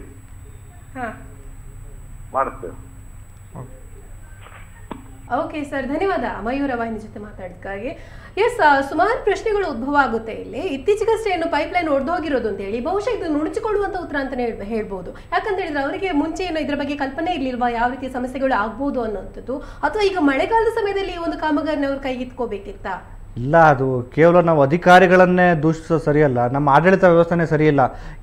ಯಾವ ಸೀಸನ್ಗೆ ತಕ್ಕಂಗೆ ಯಾವ ಕೆಲಸಗಳನ್ನ ಮಾಡಬೇಕು, ಯಾವಾಗ ಹಣವನ್ನು ಕೊಡಬೇಕು ಅನ್ನೋದು ನಮ್ಮ ವ್ಯವಸ್ಥೆನೇ ಲೋಪ ತುಂಬ ಇದೆ. ಅದು ಕೇವಲ ಒಬ್ಬರನ್ನ ಗುರಿ ಹಾಕ್ಸೋದು ತಪ್ಪಾಗುತ್ತೆ. ಅಂದರೆ ಯಾವ ಸೀಸನಲ್ಲಿ ಯಾವ ಕೆಲಸ ಮಾಡಬೇಕು ಅನ್ನೋದು ಮುಖ್ಯ. ಮಳೆಗಾಲದಲ್ಲಿ ಈ ಥರ ಕಾಮಗಾರಿ ಮಾಡಿದ್ರೆ ಎಷ್ಟು ಸಮಸ್ಯೆ ಆಗುತ್ತೆ. ಆಮೇಲೆ ಹಣನ ಯಾವಾಗ ಬಿಡುಗಡೆ ಮಾಡಬೇಕು, ಸಂಬಂಧಪಟ್ಟ ಇಲಾಖೆಗಳು ಯಾವಾಗ ಯಾವ ಕೆಲಸವನ್ನು, ಎಷ್ಟೋ ಕೆಲಸಗಳನ್ನ ನೆನೆಗುದಿಗೆ ಬಿಟ್ಟಿರ್ತಾರೆ. ಅವ್ರಿಗೆ ಯಾವಾಗ ನಿದ್ರೆಯಿಂದ ಎಚ್ಚೆತ್ತು, ಕುಂಭಕರ್ಣ ನಿದ್ದೆಯಿಂದ ಎಚ್ಚೆತ್ತಾಗ ಹಣ ಬಿಡುಗಡೆ ಮಾಡ್ತಾರೆ, ಅವಾಗ ತರಾತುರಿಯಲ್ಲಿ ಕೆಲಸ ಮಾಡ್ತಾರೆ. ಕೊನೆಗೆ ಸಮಸ್ಯೆಗಳು ಜನಗಳಿಗೆ, ಸಾರ್ವಜನಿಕರು ಇದರಿಂದ ಸಮಸ್ಯೆಗಳನ್ನ ಎದುರಿಸ್ತಾರೆ. ಹಾಗಾಗಿ ಯಾವುದೇ ಒಂದು ಯೋಜನೆ ಮಾಡ್ಕಿರೋ ಮುಂಚೆ ಅದರ ಪೂರ್ವಾಪರವ ತಿಳ್ಕೊಂಡು ಈ ಯೋಜನೆ ಮಾಡಿದ್ರೆ ಪರ್ಯಾಯ ವ್ಯವಸ್ಥೆ ಏನು ಕಲ್ಪಿಸಬೇಕು, ಆಮೇಲೆ ಈ ಯೋಜನೆಯನ್ನು ಯಾವಾಗ ಶುರು ಮಾಡಬೇಕು ಅನ್ನೋದನ್ನು ಅಧಿಕಾರಿಗಳು, ಸಂಬಂಧಪಟ್ಟ ಇಲಾಖೆ, ಆಮೇಲೆ ಸಚಿವರು, ಶಾಸಕರು ಇದನ್ನೆಲ್ಲ ಗಮನದಲ್ಲಿ ಇಟ್ಕೊಂಡು ಮಾಡಿದ್ರೆ ಸಮಸ್ಯೆಗಳಾಗಲ್ಲ. ಅದೇ ಅವ್ರಿಗೆ ಯಾವಾಗ ಬೇಕೋ ಅವಾಗ ಆದಾಗ ಈ ಥರದ್ದೆಲ್ಲ ಸಮಸ್ಯೆಗಳಾಗ್ತವೆ. ಎಸ್ ಸುರೇಶ್, ಈಗ ಮತ್ತೊಂದು ವಿಪರ್ಯಾಸ ಅಂತ ಹೇಳಿದ್ರೆ ನೋಡಿ, ಇಲ್ಲಿ ಏನಾಗಿದೆ ಅಂತ ಹೇಳಿದ್ರೆ ಇವಾಗ ಈ ಒಂದು ಕಾಮಗಾರಿ ಪೈಪ್ಲೈನ್ ಸರಿ ಮಾಡ್ಬೇಕಂತ ಹೇಳಿದ್ರೆ ಇನ್ನೂ 3 ತಿಂಗಳು ತಗೊಳುತ್ತೆ. ಅಷ್ಟೊತ್ತಿಗೆ ಮಳೆಗಾಲನೇ ಮುಗ್ದೋಗಿರುತ್ತೆ. ಅಲ್ಲಿವರೆಗೆ ಆಗುವಂತ ಏನಾದ್ರೂ ಅಪಘಾತಗಳಾದ್ರೆ ಅಥವಾ ಏನೋ ಅಲ್ಲಿ ಸಾಕಷ್ಟು ವಾಹನಗಳು ಓಡಾಡ್ತಾ ಇರುವಂತದ್ದನ್ನು ನಾವು ಈ ದೃಶ್ಯಗಳಲ್ಲಿ ನೋಡ್ಬೋದು. ಏನೋ ಒಂದು ಆಕ್ಸಿಡೆಂಟ್ ಆಯ್ತು ಅಲ್ಲಿ, ಅಥವಾ ರಾತ್ರಿ ಹೊತ್ತಲ್ಲಿ ಆಗ ನೀವೇ ಹೇಳಿದಾಗ ಏನಾದ್ರೂ ಒಂದು ಏನು ಅಚಾತುರ್ಯ ಏನಾದ್ರೂ ನಡೆದು ಹೋಯ್ತು ಅಂತ ಸಂದರ್ಭದಲ್ಲಿ ಈ ಒಂದು ಅಪಾಯ ಅಥವಾ ಅವಘಡಕ್ಕೆ ಯಾರು ಹೊಣೆ ಆಗ್ತಾರೆ, ಯಾರು ಜವಾಬ್ದಾರಿ ತಗೊಳ್ತಾರೆ ಅಂತ? ಇಲ್ಲ, ಅದೇ ಯಾರ ಮೇಲೂ ಯಾರು ತಗೊಳ್ಳಲ್ಲ ಸಮಸ್ಯೆಗಳನ್ನ. ಈಗ ಏನಾದರೂ ದೊಡ್ಡದು ಅನಾಹುತ ಸಂಭವಿಸಿದಾಗ ಮಾತ್ರ ಅದನ್ನು ಹಾಗೆ ಮಾಡಬೇಕಿತ್ತು, ಹೀಗೆ ಮಾಡಬೇಕಿತ್ತು. ನೋಡಿ, ಹೆಬ್ಬಾಳ ಫ್ಲೇವರಲ್ಲಿ ಒಂದು ಘಟನೆ ಆಯಿತು. ಒಬ್ಬ ಬಾಲಕಿ ಮಧ್ಯೆ ಬರ್ಬೇಕಾದ್ರೆ ಆಕ್ಸಿಡೆಂಟ್ ಆಗಿದೆ, ತೀರ್ಕೊಂಡು ಹೋದ್ಲು. ಅವಾಗ ಅದಕ್ಕೆ ಫ್ಲೇವರ್ ಕಟ್ಟಬೇಕಿತ್ತು, ಇನ್ನೇನೋ ಮಾಡಬೇಕು ಅಂತ ಹೇಳಿ ಯೋಚನೆ ಮಾಡ್ತಾರೆ. ಉದಾಹರಣೆಗೆ ಹೇಳೋದಾದರೆ ಹೀಗೆ ಯಾವುದೇ ಒಂದು ಅನಾಹುತ ಸಂಭವಿಸೋಕ್ಕಿಂತ ಮುಂಚೆ ಮುನ್ನೆಚ್ಚರಿಕೆ ತೊಗೊಂಡ್ರೆ ಎಷ್ಟೋ ವಾಸಿಯಾಗುತ್ತೆ, ಮತ್ತು ಸಮಸ್ಯೆ ನಿಗುತ್ತೆ, ಮತ್ತು ಜನರ ಬವಣೆ, ಮತ್ತು ಅವರು ಆರಾಮಾಗಿ ಆ ಸ್ಥಳದಲ್ಲಿ ಅವ್ರದೇ ಸ್ಥಳದಲ್ಲಿ ಆರಾಮಾಗಿ ಹೋಗುವಂಥದ್ದಾಗಿರುತ್ತೆ. ನೋಡಿ, ವಿದ್ಯಾರ್ಥಿಗಳು ಅವ್ರು ವೈಟ್ ಡ್ರೆಸ್ ಹಾಕಿರ್ತಾರೆ ಅಥವಾ ಯೂನಿಫಾರ್ಮ್ ಹಾಕೊಂಡೋಗಿರ್ತಾರೆ. ಆ ಕೆಸರಲ್ಲಿ ಓಡಾಡಿದ್ರೆ ಮತ್ತು ಅವ್ರಿಗೆ ಕಾನ್ಸಂಟ್ರೇಷನ್ ಕೊಡೋದು ಹೇಗಾಗುತ್ತೆ? ಬರೀ ಬಟ್ಟೆ ತೊಳೆಯೋದ್ರಲ್ಲಿ ಆ ಕೆಸರಲ್ಲಿ ಹೋಗೋದೇ ಶಾಲೆಗೆ ಹೋಗ್ಬೇಕಾ ಅಂತ ಅನ್ನೋಂಥ ಸ್ಥಿತಿ ನಿರ್ಮಾಣ ಆಗುತ್ತೆ. ಆಮೇಲೆ ಯಾರಿಗೂ ಆಗಲಿ ಒಂದು ಸುಂದರವಾದ ಸ್ವಚ್ಛವಾದ ವಾತಾವರಣ ಇದ್ದರೆ, ಪರಿಸರ ಇದ್ದರೆ ಅವ್ರ ಮನಸ್ಥಿತಿನೂ ಸರಿಯಾಗಿರುತ್ತೆ. ಇದು ಒಂದು ರೀತಿ ವೈಜ್ಞಾನಿಕವೂ ಕೂಡ ಯೋಚನೆ ಮಾಡಬೇಕಾಗುತ್ತೆ. ಅಂದರೆ ನಮ್ಮ ಸುತ್ತಮುತ್ತಲ ಪರಿಸರ, ನಮ್ಮ ರಸ್ತೆ ಇವೆಲ್ಲವೂ ಕೂಡ ಚೆನ್ನಾಗಿದ್ರೆ ನಮ್ಮ ಮನಸ್ಸು ಚೆನ್ನಾಗಿರುತ್ತೆ ಅಂತ. ಅಲ್ಲಿ ಹಳ್ಳ ಕೊಳ್ಳ ಗುಂಡಿ ತಿಪ್ಪೆ ಎಲ್ಲ ಇದ್ದರೆ ನಮ್ಮ ಮನಸ್ಸು ಕಲುಷಿತ ಆಗುತ್ತೆ ಅಂತ. ಅಂದರೆ ಇದು ನಮ್ಮ ಮನಸ್ಸಿಗೂ ನಮ್ಮ ದೇಹಕ್ಕೂ ಮತ್ತು ನಮಗೂ ಪೂರಕವಾಗಿರುತ್ತೆ. ಈ ಪರಿಕಲ್ಪನೆ ಅಧಿಕಾರಿಗಳು ಬರಬೇಕು. ನಮ್ಮ ನಗರ, ನಮ್ಮ ಏರಿಯಾ ತುಂಬ ಸ್ವಚ್ಛವಾಗಿದ್ದರೆ ನಮ್ಮ ಜನಗಳು ಸ್ವಚ್ಛವಾಗಿರ್ತಾರೆ, ನಮ್ಮ ಮನಸ್ಸು ಸ್ವಚ್ಛವಾಗಿರುತ್ತೆ, ಎಲ್ಲರೂ ಚೆನ್ನಾಗಿರ್ತೀವಿ ಅಂತ. ಹಿಂಗೆ ಹಳ್ಳ ಕೊಳ್ಳಗಳಿದ್ರೆ ಸಮಸ್ಯೆಗಳು ಸೃಷ್ಟಿ ಆಗ್ತಾನೆ ಇರ್ತವೆ. ಎಸ್, ನಮ್ಮ ಜೊತೆ ಅಲ್ಲಿನ ಪತ್ರಕರ್ತರಾಗಿರುವಂತಹ ಶ್ರೀನಿವಾಸ್ ಅವರಿದ್ದಾರೆ, ಅವ್ರ ಜೊತೆ ಮಾತಾಡೋಣ. ಹಲೋ ಸರ್, ನಮಸ್ಕಾರ. ಹಲೋ ಸರ್, ನಮಸ್ಕಾರ. ಕೇಳಿಸ್ತಾ ಇದೆಯಾ ನಾನು ಮಾತಾಡ್ತಾ ಇರೋದು? ಹಲೋ ಹಲೋ ಸರ್, ನಮಸ್ಕಾರ. ಮಯೂರ ವಾಹಿನಿ ಜೊತೆ ಮಾತಾಡ್ತಾ ಇದ್ದೀರಿ ನೀವು ನೇರ ಪ್ರಸಾರದಲ್ಲಿ. ಸರ್, ಏನಂತ ಹೇಳಿದ್ರೆ ಈಗ ಕುಶಾಲನಗರದಲ್ಲಿ ಕನ್ನಡ ಭಾರತಿ ಕಾಲೇಜ್ ಎದುರುಗಡೆ ಇರುವಂತಹ ರಸ್ತೆ ಸಮಸ್ಯೆ ಸರ್, ಸುಮಾರು ಸಮಯಗಳಿಂದ ಈ ಒಂದು ಸಮಸ್ಯೆ ಇದೆ ಅಂತ ಹೇಳ್ತಾ ಇದ್ದಾರೆ. ಈಗಾಗಲೇ ನಾವು ಪಟ್ಟಣ ಪಂಚಾಯತ್ ಏನು ಮುಖ್ಯಾಧಿಕಾರಿಗಳ ಜೊತೆ ಮಾತಾಡಿದ್ವಿ. ಅವರು ಈ ಒಂದು ಸಮಸ್ಯೆನ ಗಂಭೀರವಾಗಿ ತಗೊಂಡ ಹಾಗೆ ಕಾಣ್ತಾನೆ ಇಲ್ಲ. ಯಾಕಂತ ಹೇಳಿದ್ರೆ ಅಲ್ಲಿ ಒಂದು ಪೈಪ್ಲೈನ್ ಸಮಸ್ಯೆ ಇದೆ, ಅದನ್ನ ಸರಿ ಮಾಡ್ತೀವಿ ಅಂತ ಹೇಳಿ ನುಡ್ಚಿಕೊಳ್ಳುವಂತ ಒಂದು ಉತ್ತರ ಕೊಟ್ಟರು. ಸುಮ್ನೆ ಎಷ್ಟು ದಿನದಲ್ಲಿ ಮುಗಿಸ್ತೇವೆ ಅನ್ನೋಂತ ಒಂದು ಉತ್ತರ ಕೂಡ ಕೊಟ್ಟಿಲ್ಲ. ಈ ಒಂದು ಸಮಸ್ಯೆ ಬಗ್ಗೆ ತಾವೇನು ಹೇಳ್ತೀರಿ? ಪತ್ರಕರ್ತರಾಗಿ ನೀವು ಏನು ಗಮನಿಸಿದ್ದೀರಿ ಅಲ್ಲಿನ ಸಮಸ್ಯೆ ಬಗ್ಗೆ? ಅವ್ರು ಏನಕ್ಕೆ ಆತರ ಗಂಭೀರವಾಗಿ ತಗೋತಿಲ್ಲ ಅಂತ ಹೇಳಿದ್ರೆ ಮೇಡಮ್, ಅಲ್ಲಿ ವಾಣಿಜ್ಯ ಸಂಕೀರ್ಣಗಳಾಗ್ಲಿ, ಇಲ್ಲಾಂದ್ರೆ ಒಂದು ಆದಾಯದ ಮೂಲ ತರುವಂತ ಪಟ್ಟಣ ಪಂಚಾಯತಿಗೆ ಆದಾಯದ ಮೂಲ ತರುವಂತ ಯಾವುದೇ ವಾಣಿಜ್ಯ ಸಂಕೀರ್ಣ ಮಳಿಗೆಗಳಾಗ್ಲಿ ಇಲ್ಲ. ಏನ್ ಅಯ್ಯಪ್ಪ ಸ್ವಾಮಿ ಟೆಂಪಲ್ ರಸ್ತೆಯಿಂದ ಕಾಲೇಜಿಗೆ ಒಂದು 100-150 ಮೀಟರ್ ಅಷ್ಟು ರಸ್ತೆ ಗುಂಡಿಮಯ, ಕೆಸರುಮಯ ಆಗಿದೆ. ಮತ್ತೆ ಅದು UGD ವರ್ಕ್ ಸಹ ವೈಜ್ಞಾನಿಕವಾಗಿ ಇಲ್ಲ, ಮಾಡಿಲ್ಲ. ಅದು ಅವೈಜ್ಞಾನಿಕವಾಗಿ UGD ವರ್ಕ್ ಅನ್ನು ಮಾಡಿದ್ದಾರೆ. ಮತ್ತೆ ಸಾಲದಿದ್ದಕ್ಕೆ ಅವರು ಏನು ಒಂದು ಮಳೆಗಾಲದ ನೀರನ್ನ ನಿಲ್ಲಂತದನ್ನ ಹೊರತುಪಡಿಸಿ ಅವರು ಮಾಡ್ಬೇಕಾಗಿತ್ತು. ಮಳೆಗಾಲದಲ್ಲಿ ನೀರೆಲ್ಲ ಫುಲ್ ಶೇಖರಣೆ ಆಗೋ ರೀತಿಲಿ ಅವರು ಕೆಲಸ ಮಾಡಿದ್ದಾರೆ ಯುಜಿಡಿ ವರ್ಕ್ ನ. ಹಂಗಾಗಿ ಏನಾಗುತ್ತೆ ಅಂತ ಹೇಳಿದ್ರೆ ಸ್ವಲ್ಪ ಮಳೆ ಬಿದ್ರು ಸಾಕು ಆ ಭಾಗದ ಕಾಲೇಜು ಮುಂದ್ಗಡೆ ಏನ್ ಆವರಣ ಇದೆಯೋ ರಸ್ತೆ ಎಲ್ಲ ಸೇರಿದಾಗೆ ಕೆಸರು ಗದ್ದೆ ಟೈಪ್ ಅಲ್ಲಿ ಅದು ಒಂದು ನಿರ್ಮಾಣ ಆಗೋ ಪರಿಸ್ಥಿತಿಯಾಗಿ ವಿದ್ಯಾರ್ಥಿಗಳಿಗಂತೂ ಬಹಳ ಒಂದು ಮಂಡಿ ಉದ್ದ ಒಂದು ಉಳುವಂತ ಮಟ್ಟದ ಕೆಸರಿನಲ್ಲಿ ಅವರು ತಿರುಗಾಡುವಂತ ಪರಿಸ್ಥಿತಿ ನಿರ್ಮಾಣ ಆಗಿದೆ ಮೇಡಮ್. ಎಷ್ಟು ವರ್ಷಗಳಿಂದ ಈ ಸಮಸ್ಯೆ ಇದೆ ಮೇಡಮ್? ಹೇಳಿ, ಎಷ್ಟು ವರ್ಷಗಳಿಂದ ಈ ಸಮಸ್ಯೆ ಇದೆ ಸರ್? ಈಗ ವಿದ್ಯಾರ್ಥಿಗಳು ಎಷ್ಟು ವರ್ಷಗಳಿಂದ ಈ ಒಂದು ಚರಂಡಿ ಸಮಸ್ಯೆಯನ್ನು ಅನುಭವಿಸ್ತಾ ಇದ್ದಾರೆ ಅಂತ? ತುಂಬಾ ವರ್ಷ, ಒಂದು 15 ವರ್ಷದ ಮೇಲೆನೆ ಆಯ್ತು ಮೇಡಮ್. ಅಷ್ಟು ವರ್ಷದಿಂದ ಪಾಪ ಅವರು ಈ ಮಳೆಗಾಲ ಬಂತು ಅಂದ್ರೆ ಸಾಕು ಆ ರಸ್ತೆ ಎಲ್ಲ ಫುಲ್ ಕೆಸರುಮಯ ಆಗ್ಬಿಡ್ತಲ್ಲ. ಹಾಗಾಗಿ ಪಾಪ ಪರದಾಡ್ತಾರೆ ವಿದ್ಯಾರ್ಥಿಗಳು. ಅವರಲ್ಲಿರೋ ಸೈಕಲ್ ಆಗ್ಲಿ ಮೋಟರ್ ಸೈಕಲ್ ಆಗ್ಲಿ ಆ ಕಾಲೇಜ್ ಪಕ್ಕಕ್ಕೆ ನಡ್ಕೊಂಡು ಹೋಗೋಕ್ಕೂ ಆಗೋದಿಲ್ಲ. ಅಯ್ಯಪ್ಪ ಸ್ವಾಮಿ ಟೆಂಪಲ್ ಏನ್ ರಸ್ತೆ ಇದೆ, ಅಯ್ಯಪ್ಪ ಸ್ವಾಮಿ ಟೆಂಪಲ್ ರಸ್ತೆ ಬದಿನಲ್ಲೇ ಅವರು ವೆಹಿಕಲ್ ಗಳನ್ನ ನಿಲ್ಸ್ಬಿಟ್ಟು ಬಳಸಿ ಹೋಗಂತ ಒಂದು ಪರಿಸ್ಥಿತಿ ನಿರ್ಮಾಣ ಆಗಿದೆ. ಸರ್ ಒಂದು ಈಗ ನೀವು ಹೇಳಿದ್ರಿ ಆದಾಯ ತರಬಲ್ಲ ಅಂತಹ ಸಂಸ್ಥೆಗಳಿದ್ರೆ ಆ ತರದ ವಾಣಿಜ್ಯ ಸಂಕೀರ್ಣಗಳು ಇನ್ನೇನೋ ಇದ್ರೆ ಅವರಿಗೆ ತುಂಬಾ ಗಮನ ಹರಿಸ್ತಾ ಇದ್ರು ಮತ್ತೆ ಹಾಗಾಗಿ ಒಲವು ತೋರಿಸ್ತಾ ಇದ್ರು ಅಂತ. ಹಾಗೆ ಅಲ್ಲಿ ವಾಸ ಮಾಡುವಂತಹ ವಿದ್ಯಾರ್ಥಿಗಳು ಮತ್ತೆ ಅಲ್ಲಿ ಓಡಾಡುವಂತಹ ವಿದ್ಯಾರ್ಥಿಗಳು ಮತ್ತೆ ಶಿಕ್ಷಣ ಸಂಸ್ಥೆಗಳು ಮತ್ತೆ ಜನರು ಇವ್ರಿಗೆ ಬೆಲೆನೇ ಇಲ್ವಾ ಅಂತ? ಅಲ್ಲಿ ಈಗಾಗಲೇ ಕೆಲವು ವಿದ್ಯಾರ್ಥಿಗಳೆಲ್ಲ ಪ್ರತಿಭಟನೆ ಎಲ್ಲ ಮಾಡಿದ್ದಾರೆ ಮತ್ತೆ ಮೇಲಾಧಿಕಾರಿಗಳ ಗಮನಕ್ಕೂ ತಂದಿದ್ದಾರೆ. ಆದ್ರೂ ಸಹ ಪಟ್ಟಣ ಪಂಚಾಯತಿಯಲ್ಲಿ ಸುಪೀರಿಯರ್ ಅಲ್ಲಿ ಪಟ್ಟಣ ಪಂಚಾಯತಿ ಮುಖ್ಯಾಧಿಕಾರಿಗಳು ಮತ್ತು ಆ ಭಾಗದ ಜನಪ್ರತಿನಿಧಿಗಳೇ ಮೇನ್. ಅವರು ಮುತುವರ್ಜಿ ತಗೊಂಡು ಅಲ್ಲಿ ಒಂದು ರಸ್ತೆ ಒಂದು ನಿರ್ಮಾಣ ಮಾಡ್ಲಿಕ್ಕಾಗ್ಲಿ ಒಂದು ಯುಜಿಡಿನ ಒಂದು ವೈಜ್ಞಾನಿಕವಾಗಿ ಮಾಡ್ಲಿಕ್ಕಾಗ್ಲಿ ಮುತುವರ್ಜಿ ತೋರ್ಪಡಿಸಬೇಕಾಗಿತ್ತು. ಆದ್ರೆ ಅವ್ರು ತೋರ್ಪಡಿಸಿಲ್ಲ. ಯಾಕಂತ ಹೇಳಿದ್ರೆ ಪಕ್ಕದಲ್ಲೇ ಬಸ್ ಸ್ಟ್ಯಾಂಡ್ ಇದೆ ಮತ್ತೆ ಬಸ್ ಸ್ಟ್ಯಾಂಡ್ ಪಕ್ಕದ ಒಂದು ಕೆರೆ ಇದೆ. ಆ ಕೆರೆನಲ್ಲೂ ಸಹ ಒಂದು ಮಳೆಗಾಲದಲ್ಲಿ ನೀರು ನಿಲ್ಲೋ ವಾತಾವರಣ ಇದೆ. ಅಲ್ಲಿಂದ ಹೆಚ್ಚುವರಿ ಶೇಖರಣೆ ಆಗಿದ್ದ ನೀರು ಪುನಃ ವಾಪಸ್ ಕಾಲೇಜ್ ಭಾಗಕ್ಕೆ ಹರಿದು ಬಂದು ಅಲ್ಲಿ ಒಂದು ಕೆಸರು ಗದ್ದೆ ಟೈಪ್ ನಿರ್ಮಾಣ ಆಗಿ ರಸ್ತೆ ಎಲ್ಲ ಫುಲ್ಲು ಮುಳುಗಡೆ ಆಗ್ತದೆ. ಮಕ್ಕಳೆಲ್ಲ ಕೆಸರಲ್ಲೇ ತಿರುಗಾಡಂತ ಅನಿವಾರ್ಯತೆ ಜಾಸ್ತಿ ಆಗಿದೆ ಅಲ್ಲಿ. ಓಕೆ ಸರ್, ಈಗ ಅಲ್ಲಿ ಡ್ರೈನೇಜ್ ಸಿಸ್ಟಮ್ ಯಾವ ರೀತಿ ಇದೆ ಅಂತ ಅವೈಜ್ಞಾನಿಕ ಅಂತ ಹೇಳಿ ಕಂಪ್ಲೇಂಟ್ಸ್ ಬರ್ತಾ ಇದೆ. ತಾವು ಕೂಡ ಹೇಳಿದ್ರಿ ಇವಾಗ ಒಂದು ಮಾತಲ್ಲಿ. ಸೊ ಅವೈಜ್ಞಾನಿಕ ಅಂತ ಹೇಳಿದ್ರೆ ಯಾವ ರೀತಿ ಇದೆ ಅಂತ ಹೇಳಿದ್ರೆ ನೀರೆಲ್ಲ ಕಾಲೇಜ್ ಸೈಡ್ಗೆ ಬರೋ ರೀತಿ ಇದೆಯಾ ಅಥವಾ ಡ್ರೈನೇಜ್ ಅಲ್ಲಿ ನೀರು ತುಂಬಿಟ್ಟು ಕಾಲೇಜ್ ಬರುತ್ತಾ, ಹೇಗೆ? ಏನಕ್ಕೆ ಅಂತ ಹೇಳಿದ್ರೆ ಮೇಡಮ್ ಅವೈಜ್ಞಾನಿಕ ಅಂತ ಹೇಳಿದ್ರೆ ಏನು ಯುಜಿಡಿ ಒಳಚರಂಡಿ ಕಾಮಗಾರಿದು ಚೇಂಬರ್ ಗಳನ್ನ ಕೂರ್ಸಿದಾರೋ ಆ ಚೇಂಬರ್ ಭೂಮಿಯಿಂದ ತಳಮಟ್ಟದಲ್ಲೇ ಇದೆ. ಭೂಮಿಯಿಂದ ಮೇಲ್ಮಟ್ಟದಲ್ಲಿ ಇಲ್ಲ, ಅದು ಭೂಮಿಯಿಂದ ತಳಮಟ್ಟದಲ್ಲಿ ಇರೋದ್ರಿಂದಾಗಿ ಆ ಭಾಗದ ಶೇಖರಣೆ ಆದಂತ ಮಳೆಗಾಲದ ನೀರೆಲ್ಲ ಇಂಗೋದಿಲ್ಲ ಮತ್ತೆ ಸರಾಗವಾಗಿ ಹರಿತಾ ಇಲ್ಲ. ಅದು ಹಂಗೆ ಏನಾಗ್ತದೆ ಅಲ್ಲಿ ಕೆರೆ ತರ ಕಟ್ಕೊಂಡು ಅದೇ ತರ ನಿರ್ಮಾಣ ಆಗ್ತದೆ. ಅದು ಸರಾಗವಾಗಿ ಮಳೆಗಾಲದಲ್ಲಿ ನೀರು. ಅದು ಸರಿ, ಆಗ ಅಲ್ಲಿ ಕುಶಾನಗರದಲ್ಲಿ ಆ ಭಾಗದಲ್ಲಿ ಮಾತ್ರ ಇದೇ ತರ ಸಮಸ್ಯೆ ಇದೆಯಾ ಅಥವಾ ಅಲ್ಲಿ ಮತ್ತೆ ಬೇರೆ ಬೇರೆ ಕಡೆ ಇದೇ ತರ ಸಮಸ್ಯೆ ಇದೆಯಾ ಹೇಗೆ ಅಂತ? ಬೇರೆ ಬೇರೆ ಕಡೆನೂ ಇದೆ, ಬೇರೆ ಬೇರೆ ಕಡೆನೂ ಇದೆ. ರಸ್ತೆ ಮಧ್ಯ ಭಾಗದಲ್ಲಿ ಯುಜಿಡಿ ಚೇಂಬರ್ ನ ನಿರ್ಮಾಣ ಮಾಡಿರ್ತಕ್ಕಂಥದ್ದು ಮತ್ತೆ ಅವೈಜ್ಞಾನಿಕವಾದ ಮುಚ್ಚುಳಗಳನ್ನ ಮುಚ್ಚಿರ್ತಕ್ಕಂಥದ್ದು ಮತ್ತೆ ಕೆಲವು ಭಾರಿ ವಾಹನಗಳು ಆ ಮುಚ್ಚುಳಗಳ ಮೇಲೆ ಹಾದೋದ ನಂತರ ಮುಚ್ಚುಳಗಳೆಲ್ಲ ಪೂರ್ತಿ ಸೀಳೋಗಿ ಒಡೆದೋಗಿರೋದು, ಎಷ್ಟೋ ಒಂದು ಗುಂಡಿ ಪ್ರಪಾತ ನಿರ್ಮಾಣ ಆಗಿರತಕ್ಕಂಥದ್ದು ಹಲವಾರಿದೆ. ರಸ್ತೆ ಅಲ್ಲಿನ ಶಾಸಕರಿಗೆ ಮತ್ತೆ ಯಾರಿಗೆ ಅದಕ್ಕೇನು ಅಷ್ಟೊಂದು ಆಸಕ್ತಿ ವಹಿಸಿಲ್ವಾ ಅವ್ರಿಗೆ ಮತ್ತೆ ಅವ್ರ ಬಗ್ಗೆ ಗಮನ ಅನ್ಸಿಲ್ವಾ ಅಂತ? ಶಾಸಕರು ಕೇಳಿದ್ರೆ ಶಾಸಕರು ಅವರು ಯುಜಿಡಿ ಅವರು AW ಇದ್ದಾರೆ, ಜೈ ಇದ್ದಾರೆ, ಅವ್ರು ಮಾಡ್ಕೊಂಡು ಹೋಗ್ತಾ ಇದ್ದಾರೆ. ಈಗ ಮಳೆಗಾಲ ಕಳೆದ ನಂತರ ಇನ್ನೊಂದು ಕೋರ್ಸ್ ಅವರು ಡಾಂಬರೀಕರಣ ಮಾಡ್ತಾರೆ, ಇನ್ನೊಂದು ಕೋರ್ಸ್ ಕಾಂಕ್ರೀಟೀಕರಣ ಮಾಡ್ತಾರೆ. ಈ ಜಾಬ್ ಬೆಳ್ಕೊಂಡೆ ಹೋಗ್ತಾ ಇದ್ದಾರೆ ವಿನಃ ಮಾಡುವಾಗ್ಲೇ ಅದನ್ನ ಅಚ್ಚುಕಟ್ಟಾಗಿ ಮಾಡ್ಬೇಕು, ಒಂದು ತಳಪಾಯನ್ನ ಭದ್ರ ಬನಾದಿಲೆ ಮಾಡ್ಬೇಕು ಅಂತ ಹೇಳಿ ಅವರು ಯಾರು ಇದು ಮಾಡ್ತಾ ಇಲ್ಲ. ಓಕೆ, 15 ವರ್ಷಗಳಿಂದ ಈ ಸಮಸ್ಯೆ ಇದೆ ಅಂತ ಹೇಳಿದ್ರಿ ಸರ್. ಅಲ್ಲಿ ಆ ಒಂದು ರಸ್ತೆಯಲ್ಲಿ ಏನಾದ್ರೂ ಅಪಘಾತಗಳಾಗಿರುವಂತದ್ದು ಅಥವಾ ಆಕ್ಸಿಡೆಂಟ್ ಆಗಿರೋದು ಈ ತರದ್ದು ಏನಾದ್ರೂ ಆಗಿದ್ಯಾ ಇಲ್ಲಿವರೆಗೆ? ಆಕ್ಸಿಡೆಂಟ್ ಅಂತ ಹೇಳಿದ್ರೆ ಮೇಡಮ್ ಅಲ್ಲಿ ತಿರುಗಾಡ್ಲಿಕ್ಕೂ ಆಗೋದಿಲ್ಲ. ನಾನು ಕುಂತ್ಕೊಂಡು ಹೋಗ್ತಿರೋದನ್ನ ಕಾಣ್ತಾ ಇದ್ವಿ ಮೇಡಮ್. ಮಳೆಗಾಲದಲ್ಲೆಲ್ಲ ಪೂರ್ತಿ ಆ ಕೆಸರುಮಯ ಮತ್ತೆ ಬೀಳೋದು ಏಳೋದು ಜಾರೋದು ಇದೆಲ್ಲ ಇಂತ ಒಂದು ಸನ್ನಿವೇಶಗಳು ಸರ್ವೇ ಸಾಮಾನ್ಯ. ಆ ಕಾಲೇಜಿಗೆ ಹೋಗುವಾಗ ಪಾಪ ಅಲ್ಲಿ ಮಕ್ಕಳು ವಿದ್ಯಾರ್ಥಿಗಳು ಪಾಡು ಹೇಳ್ತಿರೋದು. ಓಕೆ ಶ್ರೀನಿವಾಸ್ ಅವರೇ, ಈಗಾಗಲೇ ನಾವು ಶ್ರೀಧರ್ ಅವ್ರ ಜೊತೆ ಮಾತಾಡಿದ್ವಿ, ಪಟ್ಟಣ ಪಂಚಾಯತ್ ಮುಖ್ಯಾಧಿಕಾರಿಗಳ ಜೊತೆ. ಅವರು ಹೇಳಿದ್ರು ಪೈಪ್ ಲೈನ್ ಒಡೆದು ಹೋಗಿದೆ, ಅದಕ್ಕೋಸ್ಕರ ಈ ಸಮಸ್ಯೆ ಆಗಿದೆ, ಇಲ್ಲ ಅಂತ ಹೇಳಿ ನಾವು ಸರಿ ಮಾಡಿ ಕೊಡ್ತೀವಿ ಅಂತ ಹೇಳಿದ್ರು. ಹಾಗಾದ್ರೆ 15 ವರ್ಷಗಳಿಂದ ಕೂಡ ಇದು ಪೈಪ್ ಲೈನ್ ಹೊಡೆಯುವಂತದ್ದು ಈ ತರದ ಸಮಸ್ಯೆಗಳಿದ್ರೆ ಕೂಡ ಅವರಿಂದ ಯಾವ ರೀತಿಯ ಕಾಮಗಾರಿ ಅಥವಾ ಕೆಲಸಗಳು ನಡೆದಿದೆ? ಅವ್ರೇನ್ ಮಾಡ್ತಾ ಇಲ್ವಾ? ಏನ್ ಮಾಡ್ತಿದ್ದಾರೆ ಅವರಲ್ಲಿ? ಪೈಪ್ ಲೈನ್ ಅದಕ್ಕೂ ಲಿಂಕ್ ಇಲ್ಲ ಮೇಡಮ್. ಯಾಕಂದ್ರೆ ಪೈಪ್ ಲೈನ್ ಇರೋದು ಭೂಮಿಯಿಂದ ಒಳಗಡೆ ಅಲ್ಲಿ ನಿರ್ಮಾಣ ಆಗಿರೋದು. ಇತ್ತೀಚೆಗೆ ಏನು ಯುಜಿಡಿ ಒಂದು ಚೇಂಬರ್ ನ ಮಾಡಿದ್ದಾರೆ ಅವೈಜ್ಞಾನಿಕವಾಗಿ. ಏನು ಪೈಪ್ ಲೈನ್ ಹೊಡ್ತಿದೆ ಅಂತ ಹೇಳಿ ಕಾರಣ ಕೊಟ್ಟಿದ್ದಾರೆ ಶ್ರೀಧರ್ ಅವರು, ಅದು ನಿಜವಾದ ಕಾರಣ ಅಲ್ಲ ಅಂತ ಹೇಳ್ತಿದ್ದೀರಾ ತಾವು? ಅದೇ ಒಂದು ಕಾರಣ ಅಲ್ಲ ಮೇಡಮ್. ಇನ್ನು ಯುಜಿಡಿ ಅವೈಜ್ಞಾನಿಕವಾಗಿರೋದ್ರಿಂದಾಗಿ 4 ಕಡೆಯಿಂದ ಸರವಾಗಿ ಬಂದ ನೀರು ಅಲ್ಲಿ ಗುಂಡಿಲೇನೆ ನಿಲ್ತದೆ.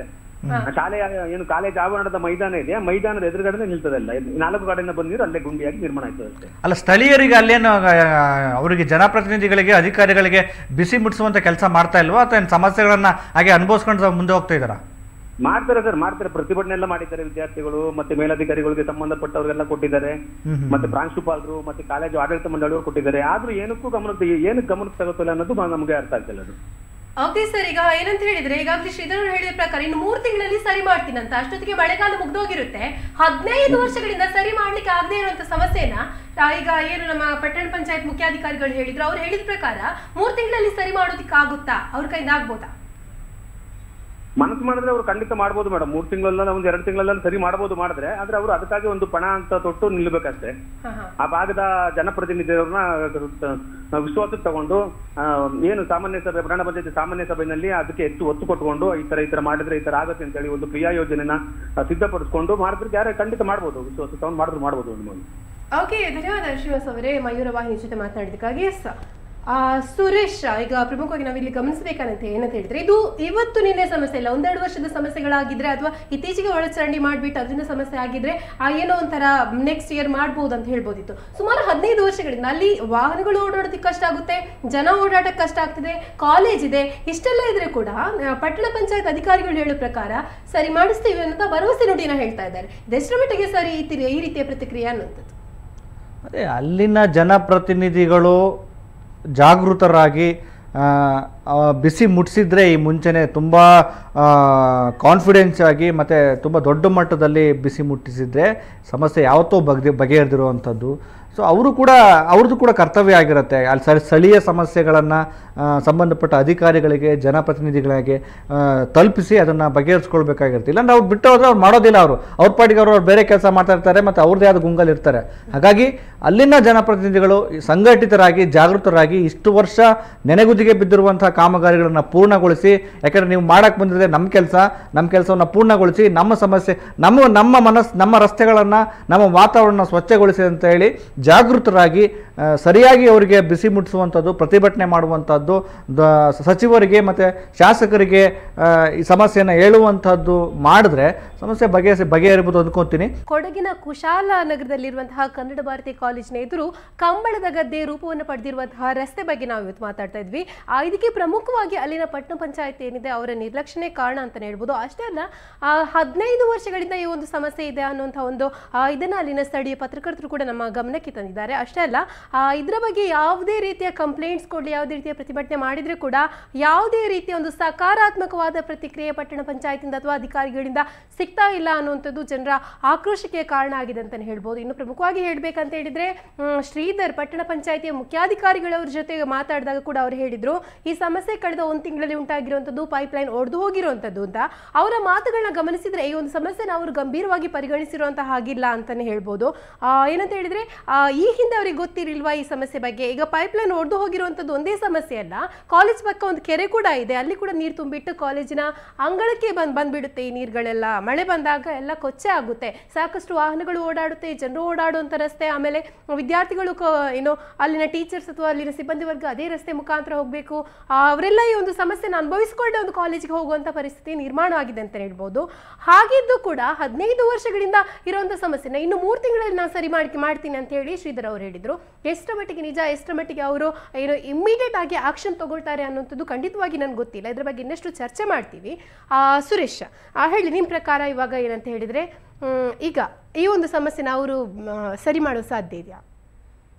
ಅಲ್ಲಿನ ಸಮಸ್ಯೆಗಳಿಗೆ ಸ್ಪಂದಿಸುವಂಥದ್ದು ಅಲ್ಲಿನ ನಗರಸಭೆ ಮತ್ತು ಸ್ಥಳೀಯ ಸಂಸ್ಥೆಗಳ ಮುಖ್ಯ ಕರ್ತವ್ಯ ಆಗಿರುತ್ತೆ. ಈ ವಿಷಯವನ್ನು ಸಂಬಂಧಪಟ್ಟ ಸ್ಥಳೀಯವಾಗಿರುವಂಥ ಸಂಸ್ಥೆಗಳು ಗಂಭೀರವಾಗಿ ಪರಿಗಣಿಸಬೇಕಾಗತ್ತೆ. ಆಮೇಲೆ ಅಲ್ಲೇ ಆ ಸಂಸ್ಥೆಗಳ ಕೆಲಸವೇ ಅದು ಸುತ್ತಲಿರುವಂತಹ ಸಮಸ್ಯೆಗಳನ್ನು ಬಗೆಹರಿಸುವಂಥದ್ದು, ಅಭಿವೃದ್ಧಿ ಕಾಮಗಾರಿಗಳನ್ನ ಮಾಡುವಂಥದ್ದು. ಆ ಸಂಸ್ಥೆಗಳೇ ಕೈಕಟ್ಟಿ ಕುಳಿತರೆ ಮಾಡುವಂಥವ್ರು ಯಾರು? ಸೊ ನೋಡಿ, 15 ವರ್ಷ ಅಂತ ನೀವು ಹೇಳ್ತಿದ್ದೀರಿ. ಸೊ 15 ವರ್ಷ ಬಿಡುವಂತ ಅಗತ್ಯವಾದ್ರೆ ಇತ್ತಾ? ಇವೆಲ್ಲವೂ ಪ್ರಶ್ನೆಗಳಾಗ್ತವೆ. ಮಾತಾಡೋಣ ಸುರೇಶ್. ಆದ್ರೆ ಅದಕ್ಕಿಂತ ಮುಂಚೆ ಈ ಸಮಸ್ಯೆ ಬಗ್ಗೆ ಆ ಒಂದು ಕಾಲೇಜಿನ ಪ್ರಿನ್ಸಿಪಲ್ ಇರ್ಬೋದು, ಸ್ಟೂಡೆಂಟ್ಸ್ ಇರ್ಬೋದು, ಹಾಗೆಯೇ ಸ್ಥಳೀಯರು ಕೂಡ ಸಮಸ್ಯೆ ಎಷ್ಟು ಗಂಭೀರವಾಗಿದೆ ಅನ್ನೋದ್ರ ಬಗ್ಗೆ ಮಾತಾಡಿದ್ದಾರೆ. ಅದನ್ನ ನೋಡ್ಕೊಂಡ್ಬರೋಣ. ಬರ್ತಾ ಇದ್ದಾರೆ, ಇಲ್ಲಿ ಬಹಳ ತಿರುಗಲಿ ತೊಂದರೆ ಆಗ್ತಾ ಇದೆ. ಮತ್ತು ಇಲ್ಲಿ ಬಡಾವಣೆ ಇದೆ, ಫಸ್ಟ್ ಬ್ಲಾಕ್ ಬಡಾವಣೆ ಇದೆ, ಮತ್ತೆ 2ನೇ ಬ್ಲಾಕ್ ಕೂಡ ಬಡಾವಣೆ ಇದೆ. ಇಲ್ಲಿ ತಿರುಗಲಿಕ್ಕೆ ಇಲ್ಲಿ ನಿವಾಸಿಗಳಿಗೂ ತೊಂದರೆ ಆಗ್ತಾ ಇದೆ. ಮತ್ತು ಪಟ್ಟಣ ಪಂಚಾಯತಿ ಬಹಳ ಅಭಿವೃದ್ಧಿ ಮಾಡಿದೀವಿ, ಪಂಚಾಯತಿಯನ್ನ ನಾವು ಬಹಳ ಒಳ್ಳೊಳ್ಳೆ ಕೆಲಸಗಳು ಮಾಡಿದೀವಿ ಅಂತ ಹೇಳ್ತಾ ಇದ್ದಾರೆ. ಆದ್ರೆ ಮಾಡಿದ ಕೆಲಸನೇ ರೋಡ್ ಕೆಲಸನೇ ಮಾಡ್ತಿದ್ದಾರೆ ಹೊರತು ಹೊಸ ಕೆಲಸಗಳು ಏನೂ ಆಗಿಲ್ಲ. ಇಲ್ಲಿ UGD ಅವರು ಈಗ ಏನು ಕೆಲಸ ಮಾಡ್ತಿದ್ದಾರೆ, ಅವ್ರಿಗೆ ಕೆಲಸ ಮಾಡಿ ಹೋಗಿದ್ದಾರೆ. ಕೆಲಸ ಮಾಡಿ ಹೋದ್ಮೇಲೆ ಇಲ್ಲಿ ಕಾಡೆಲ್ಲ ಬೆಳ್ಕೊಂಡಿದೆ, ಪಂಚಾಯತಿಯಿಂದ ಆ ಕಾಡನ್ನ ಕಡಿಸಿಲ್ಲ. ಮತ್ತು ಗಿಡ ಗಂಟೆಗಳು ಬೆಳ್ಕೊಂಡಿದೆ, ಮತ್ತೆ ಎಲ್ಲ ಕೆಸರಾಗಿದೆ. ಯಾವ್ದು ಮಕ್ಕಳು ತಿರುಗಾಡ್ಲಿಕ್ಕೆ ಬಹಳ ಕಷ್ಟ. ಮಕ್ಕಳು ದಿನನಿತ್ಯ ಇವತ್ತು ಕಾಲೇಜಿಂದ ಬಂದು ಹೋದ್ರೆ ಮತ್ತೆ ಸಂಜೆ ಬಟ್ಟೆ ತೊಳೆದು ಮಾರನೇ ದಿವಸ ಆ ಬಟ್ಟೆಗಳನ್ನ ಹಾಕೊಂಡು ಬರಬೇಕು. ಪ್ರತಿನಿತ್ಯ ಇದೇ ಹಣೆ ಬರ ಆಗಿದೆ. ಪಂಚಾಯತಿ ಅಧಿಕಾರಿಗಳು ಇದನ್ನ ಗಮನಕ್ಕೆ ತಗೊಂಡು ಕೂಡಲೇ ಈ ಪಂಚಾಯತಿ ರಸ್ತೆಯನ್ನ ಸರಿಪಡಿಸ್ಕೊಡ್ಬೇಕು ಅಂತ ಕರ್ನಾಟಕ ದಲಿತ ಸಂಘ ಸಮಿತಿ ಭೀಮೋದ ಸಂಘಟನೆಯ ವತಿಯಿಂದ ನಾವು ಒತ್ತಾಯ ಮಾಡ್ತಾ ಇದ್ವಿ. ಇಲ್ಲದ ಹೋದಲ್ಲಿ ಹೋಬಳಿ ಸಮಿತಿ ವತಿಯಿಂದ ಪಟ್ಟಣ ಪಂಚಾಯತಿ ಮುಂದೆ ಧರಣಿಯನ್ನು ಮಾಡಬೇಕಾಗ್ತದೆ. ಮತ್ತೆ ಕಾಲೇಜಿನ ಮಕ್ಕಳನ್ನ ಮತ್ತು ಇಲ್ಲಿ ನಿವಾಸಿಗಳನ್ನ ಕರ್ಕೊಂಡು ಧರಣಿಯನ್ನು ಮಾಡಬೇಕು. ಪ್ರಾಂಶುಪಾಲರು KB ಕಾಲೇಜು ನೋಡಿ, ನಮ್ಮ ಕಾಲೇಜಿನಲ್ಲಿ 350ರಿಂದ 4 ವಿದ್ಯಾರ್ಥಿಗಳಿದ್ದಾರೆ. ಪ್ರತಿದಿನ ಈ ರಸ್ತೆಯಲ್ಲಿ ಓಡಾಡಬೇಕಾದಂಥ ಒಂದು ದುಸ್ಥಿತಿ ನಮಗೆ ಬಂದಿದೆ. UGD ಸಲುವಾಗಿ ಆಗ ಈ ರಸ್ತೆಯನ್ನು ಇವರು ಅಗದರು, ಮಧ್ಯದಲ್ಲಿ ಅಗದು ಹಲವಾರು ಕಾಂಪ್ಲಿಕೇಶನ್ ಆದಮೇಲೆ ಕೆಲಸವನ್ನು ಈಗ ಮುಗಿಸಿದ್ರು ಕೂಡ ಏನು ಪಕ್ಕಾ ರಸ್ತೆಯಾಗಿತ್ತು, ಇವತ್ತು ಕಚ್ಚಾ ರಸ್ತೆಯಾಗಿದೆ. ರಸ್ತೆಯಲ್ಲಿ ಹುಲ್ಲು ಗಿಡಗಳೆಲ್ಲವೂ ಬೆಳ್ಕೊಂಡಿದ್ದಾವೆ. ಆದ್ದರಿಂದ ಈ ವಿದ್ಯಾರ್ಥಿಗಳಾಗಲಿ ನಾವಾಗಲಿ ಅಥವಾ ಬಡಾವಣೆ ಏನಿದೆ ಅಲ್ಲಿ ಜನರು ಸಂಚಾರ ಮಾಡಲಿಕ್ಕೆ ಸಾಧ್ಯ ಆಗ್ತಾ ಇಲ್ಲ. ನಾವು ಈ ಒಂದು ಟೆಂಪರರಿಯಾಗಿ ಕಲ್ಲುಗಳನ್ನು ಹಾಕ್ಕೊಂಡು ಕಲ್ಲ ಮೇಲೆ ನಡೆದಾಡಬೇಕಾದಂಥ ಒಂದು ದುಸ್ಥಿತಿ ಇದೆ. ಆದ್ದರಿಂದ ನಿಮ್ಮ ಮುಖಾಂತರ, ಈ ಚಾನೆಲ್ಗಳ ಮುಖಾಂತರ ನಾವು ಕಾಲೇಜಿನವರಾಗಿ ಮತ್ತು ಬಡಾವಣೆಯ ಪರವಾಗಿ ಇದೊಂದು ರಸ್ತೆಯನ್ನು ಸರಿಪಡಿಸಿಕೊಡಿ ಅಂತೇಳಿ ಪುರಸಭೆಗೆ ಮತ್ತು ಈ UGD ಕಾಂಟ್ರಾಕ್ಟರಲ್ಲಿ ನಿಮ್ಮ ಮುಖಾಂತರ ಮನವಿಯನ್ನು ಮಾಡ್ಕೊಳ್ತೇನೆ. ಮಾವಿನಹಳ್ಳದ ಸ್ಥಳೀಯರು, ನಾವು ಗ್ರಾಮಸ್ಥರು. ಇಲ್ಲಿ ಏನು ಅಂತ ಹೇಳಿದ್ರೆ, ಒಂದು ಕಿಲೋಮೀಟ್ರು ಕಾಂಕ್ರೀಟ್ ರಸ್ತೆ ಆಗ್ತಿದೆ. ಆ ರಸ್ತೆ 1 ಅಡಿ 1.25 ಅಡಿ ಹೈಟಲ್ಲಿದೆ. ಕಾಂಕ್ರೀಟು ಇದು ಜಲ್ಲಿ ಅದೆಲ್ಲ ಸೇರಿಕೊಂಡು 1 ಅಡಿ 3 ಇಂಚು 4 ಇಂಚಷ್ಟು ಹೈಟ್ ಇದೆ. ಅದರಿಂದ ಅಟ್ಯಾಚ್ ರೋಡ್ಗಳು 2 ಇದೆ. ಇಲ್ಲಿ 2 ರೋಡ್ಗೂ ಅಟ್ಯಾಚಿಗೆ ಮಣ್ಣು ಹಾಕಿ ಮುಚ್ಚೋದು ಬೇಡ ಅಂತ ನಾವು ಹೇಳ್ತಾ ಇರೋದು. ಮತ್ತು ಕಾಂಕ್ರೀಟಿಂದ ಅವರು ಅದನ್ನು ಝೀರೋ ಮಾಡಿ ಫಿನಿಶಿಂಗ್ ಮಾಡಿ ನಮಗೆ ಒಂದು 10 ಅಡಿ ದೂರ 20 ಅಡಿ ದೂರ ಅಷ್ಟು ಕಾಂಕ್ರೀಟಿಂದನೇ ಕೊಡಬೇಕು, ಸ್ಕೋಪ್ ಕೊಡು. ಮಣ್ಣು ಹಾಕಿ ಮುಚ್ಚಿ ನಾಳೆ ನಾಡಿಗೆ ಮಣ್ಣು ತೊಳೆದು ಹೋದರೆ ಮತ್ತೆ ಇಲ್ಲಿ ಜಾಸ್ತಿ ರೈತರೇ ಇರೋದು. ಅವರು ಬೆಳೆದ ಬೆಳೆನ ಮಾರ್ಕೆಟಿಗೆ ಕೊಂಡೋಗ್ಬೇಕಾದ್ರೂ, ಚಿಕ್ಕ ಪುಟ್ಟ ವೆಹಿಕಲ್ ಹೋಗ್ಬೇಕಾದ್ರೂ ಈ ಥರ ಒಂದು ಮೆಟ್ಲೆತ್ತಿ ಹೋಗ್ಲಿಕ್ಕೆ ಅಂತ ಆ ಥರ ವೆಹಿಕಲ್ ಯಾವುದೂ ಇಲ್ಲ. ಎಲ್ಲ ರೋಡಲ್ಲಿ ಸಲಿಸಾದ ರೋಡು ಇದ್ರೆ ಮಾತ್ರ ಆಗೋದು. ಈ ಥರ ಕಟ್ಟೆ ಕೊಟ್ಟರೆ ನಮಗೆ ತೊಂದರೆ ಆಗ್ತಿದೆ. ಇದು ಸರಿಯಲ್ಲ ಅಂತ ಹೇಳ್ತೀವಿ ನಾವು. ನನ್ನ ಹೆಸರು ಪ್ರಶಾಂತ್ ಅಂತ, ಎಡನಾಡು ಗ್ರಾಮದ ರೈತ. ಹಾರಂಗಿ ಕೊಡಗಿನ ಪ್ರಸಿದ್ಧ ಪ್ರವಾಸಿ ತಾಣವಾದ ಹಾರಂಗಿಯ ರಸ್ತೆ ಅವ್ಯವಸ್ಥೆ ಬಗ್ಗೆ ನೀವು ಈಗಾಗಲೇ ನೋಡಿದ್ದೀರಾ. ಇಲ್ಲಿ ಯಾವುದೇ ವಾಹನಗಳು ಕೂಡ ತಿರುಗಾಡಲಿಕ್ಕೆ ಸಾಧ್ಯವಾಗದಂಥ ಒಂದು ಪರಿಸ್ಥಿತಿ ನಿರ್ಮಾಣವಾಗಿದೆ. ಮತ್ತು ದ್ವಿಚಕ್ರ ವಾಹನಗಳಲ್ಲಿ ತಿರುಗಾಡೋಂಥ ಎಷ್ಟೋ ಜನ ಸವಾರರು ಬಿದ್ದು ಕೈಕಾಲುಗಳಿಗೆ ಗಾಯವನ್ನು ಮಾಡ್ಕೊಂಡಿರೋಂಥ ನಿದರ್ಶನಗಳು. ನಾವು ಈ ವಿಚಾರವನ್ನು ಸಂಬಂಧಪಟ್ಟ ನಿಗಮದ ಅಧಿಕಾರಿಗಳ ಗಮನಕ್ಕೆ ಬಹಳಷ್ಟು ಬಾರಿ ತಂದಿದ್ದೀವಿ, ಆದರೆ ಯಾವುದೇ ಪ್ರಯೋಜನವಾಗಿಲ್ಲ. ಅವರು ಯಾರು ಇದರ ಕಡೆ ತುಂಬ ನಿರ್ಲಕ್ಷ್ಯ ವಹಿಸ್ತಿದ್ದಾರೆ, ಗಮನನೇ ಕೊಡ್ತಾ ಇದ್ದಾರೆ. ಇದಕ್ಕೆ ಅವಶ್ಯಕತೆ ಇಲ್ಲದೇ ಇರೋಂಥ ರಸ್ತೆಗಳನ್ನ ಬೇಕಾದಷ್ಟು ಮಾಡ್ತಾ ಇದ್ದಾರೆ. ಯಾಕೆಂದರೆ ಅಲ್ಲಿ ಯಾರು ಸಾರ್ವಜನಿಕರು ಹೋಗಿ ಕೇಳೋದಿಲ್ಲ. ಅಲ್ಲಿ ಅವ್ರಿಗೆ ಬೇಕಾದಷ್ಟು ಹಣಗಳನ್ನು ಲೂಟಿ ಮಾಡ್ಬೋದು ಅನ್ನೋ ಉದ್ದೇಶದಿಂದ, ಉದಾಹರಣೆಗೆ ಯಾವುದೇ ಪ್ರಯೋಜನವೇ ಇಲ್ಲ. ನೀವು ನೋಡ್ಬೋದು ವಸತಿ ಗೃಹ ರಸ್ತೆಗಳನ್ನು, ಅಲ್ಲಿ ಏನೊಂದು 3-4 ಜನ, ಒಂದು 5-6 ಜನದ ಒಳಗಡೆ ಅಧಿಕಾರಿಗಳಿರೋದು. 30 ಲಕ್ಷ ರೂಪಾಯಿ ವೆಚ್ಚದಲ್ಲಿ ಆ ರಸ್ತೆನ ಡಾಂಬರೀಕರಣ. ಬಟ್ ಅದೆಲ್ಲ ಸಂಪೂರ್ಣ ಹದಗೆಟ್ಟು ಕಳಪೆ ಕೆಲಸದಿಂದ ಮಾಡಿರೋವಂಥದ್ದು. ನೀವೀಗ ಬೇಕಾದ್ರೆ ಅದನ್ನು ನೋಡಿ. ಅಂಥ ಕೆಲಸಗಳ ಮಾಡ್ತಾರೆ ಹೊರತು ಇಂಥ ಸಾರ್ವಜನಿಕರಿಗೆ ಮತ್ತು ಪ್ರವಾಸಿಗರಿಗೆ ಅವಶ್ಯಕವಾಗಿ ಬೇಕಾಗಿರುವಂಥ ಇಂಥ ಪ್ರಮುಖ ರಸ್ತೆಗಳನ್ನು ನಿರ್ಲಕ್ಷ್ಯ ವಹಿಸಿದ್ದಾರೆ. ಆದ್ದರಿಂದ ಮುಂದಿನ ದಿನಗಳಲ್ಲಿ ಕೂಡಲೇ ಈ ರಸ್ತೆಗೆ ಗಮನ ಕೊಟ್ಟು ಈ ರಸ್ತೆಯನ್ನು ಅಭಿವೃದ್ಧಿಪಡಿಸದೇ ಹೋದಲ್ಲಿ ನಾವು ಕಾವೇರಿ ನೀರಾವರಿ ನಿಗಮದ ಕಚೇರಿ ಎದುರಿಗೆ ಸತ್ಯಾಗ್ರಹ ಮತ್ತು ಉಗ್ರ ರೀತಿಯಲ್ಲಿ ಪ್ರತಿಭಟನೆ ನಡೆಸ್ತೀವಿ ಅಂತ ಹೇಳಿ ಈ ಮೂಲಕ ಎಸ್, ನೋಡ್ತಾ ಇದ್ವಿ ಅಲ್ಲಿನ ಸ್ಥಳೀಯರು ಅಥವಾ ಪ್ರಿನ್ಸಿಪಲ್ ಇರ್ಬೋದು ಅಥವಾ ಸ್ಟೂಡೆಂಟ್ಸ್ ಮಾತಾಡಿರೋಂಥದ್ದನ್ನು. ಈಗ ಹೇಳಬೇಕಂತ ಹೇಳಿದರೆ ಹೇಗಿದೆ ನಮ್ಮ ದೇಶದ ಪರಿಸ್ಥಿತಿ ಅಂತ ಹೇಳಿದರೆ, 15 ವರ್ಷ ಅನ್ನೋದನ್ನು ನಾನು ಮತ್ತೆ ಒತ್ತಿ ಹೇಳ್ತಿದ್ದೀನಿ. 15 ವರ್ಷಗಳಿಂದ ಇರುವಂಥ ಈ ಸಮಸ್ಯೆ ಇವಾಗ ಏನಂತ ಹೇಳಿದರೆ, ಸರ್ಕಾರ ಇದು ಸರ್ಕಾರಿ ಕಾಲೇಜ್ಗಳಿರ್ಬೋದು, ಆಸ್ಪತ್ರೆಗಳಿರ್ಬೋದು, ಸರ್ಕಾರಿ ಕಚೇರಿಗಳಿರ್ಬೋದು, ಇದೆಲ್ಲ ಸರ್ಕಾರದ ಜವಾಬ್ದಾರಿ ಅಲ್ವಾ? ಏನು ಸ್ಥಳೀಯರು ಮನವಿ ಕೊಟ್ಟರೆ ಕೂಡ ಇವರು ಸ್ಪಂದನೆ ಮಾಡ್ತಾ ಇಲ್ಲ ಅಂತ ಹೇಳಿದರೆ, ಪ್ರತಿಭಟನೆ ಮುಖಾಂತರನೇ ನಾವು ನಮ್ಮ ಸಮಸ್ಯೆಗಳನ್ನ ಸರ್ಕಾರಕ್ಕೆ ತಲುಪಿಸ್ಬೇಕಂತ ಹೇಳಿದರೆ ಎಲ್ಲಿವರೆಗೆ ಒಂದು ಪರಿಸ್ಥಿತಿ ತಲುಪಿದೆ ಅಂತ? ಇಲ್ಲ, ಅಲ್ಲೇ ಜಾಂಡ ಉಡಬೇಕು. ಅಧಿಕಾರಿಗಳ ಆಫೀಸ್ ಮುಂದೆ ಎಲ್ಲ ಮನೆ ಎಲ್ಲ ಅಲ್ಲೇ ಮಲ್ಕೊಂಡು ಅಲ್ಲೇ ಊಟ ಗೀಟ ಎಲ್ಲ ಅಲ್ಲೇ ಮಾಡ್ಕೋಬೇಕಷ್ಟೇ. ನೀವು ಸಮಸ್ಯೆ ಬಗೆಹರಿಸ್ತಿರೋ ನಾವು ಇಲ್ಲೇ ಜಾಂಡ ಉಡ್ತೀವಿ ಅಂತ ಆ ಥರದ್ದು ಮಾಡಿದಾಗಲೇ ಅವ್ರಿಗೆ ಬಿಸಿ ಮುಟ್ಟೋದು. ಅದನ್ನ ಮಾಡಲಿ. ಇದನ್ನು ತುಂಬ ಸೀರಿಯಸ್ ಆಗಿ ತುಂಬ ಜಾಗೃತವಾಗಿ ತಗೊಂಡು ತುಂಬ ಗಂಭೀರವಾಗಿ ಪರಿಗಣಿಸಿ ಇನ್ನಾದರೂ ಅಲ್ಲಿನ ಅಧಿಕಾರಿಗಳು ಇವರೆಲ್ಲರ ಸಮಸ್ಯೆಯನ್ನು ಆಲಿಸಿ ಖುದ್ದು ಈ ಕಾರ್ಯಕ್ರಮವನ್ನು ಇನ್ನೊಂದ್ಸಲಿ ನೋಡಿ ಅವರು ಜನರ ಸಮಸ್ಯೆಗೆ ಅಲ್ಲಿ ಸ್ಥಳಕ್ಕೆ ಹೋಗಿ ಭೇಟಿ ನೀಡಿ ಅವ್ರ ಸಮಸ್ಯೆ ಏನಂತ ಇವರೇ ಆಲಿಸಿ ನೋಡಿ ಇನ್ನಾದರೂ ಸಮಸ್ಯೆನ ಬಗೆಹರಿಸಿದ್ರೆ ತುಂಬ ಒಳ್ಳೆಯದು, ಅದು ಅವರ ಕರ್ತವ್ಯ. ಇಲ್ಲ ಅಂದರೆ ಜನಗಳು ಹೇಳಿದಾರಲ್ಲ ಪ್ರತಿಭಟನೆ ತೀವ್ರ ಸ್ವರೂಪ ಮಾಡ್ತಾರೆ ಅಂತ, ಅದನ್ನು ಎದುರಿಸಬೇಕಾಗತ್ತೆ. ಅದನ್ನು ಮಾಡಬೇಕಾಗಿರೋದು ಅವ್ರ ಕರ್ತವ್ಯ, ಮಾಡಬೇಕು.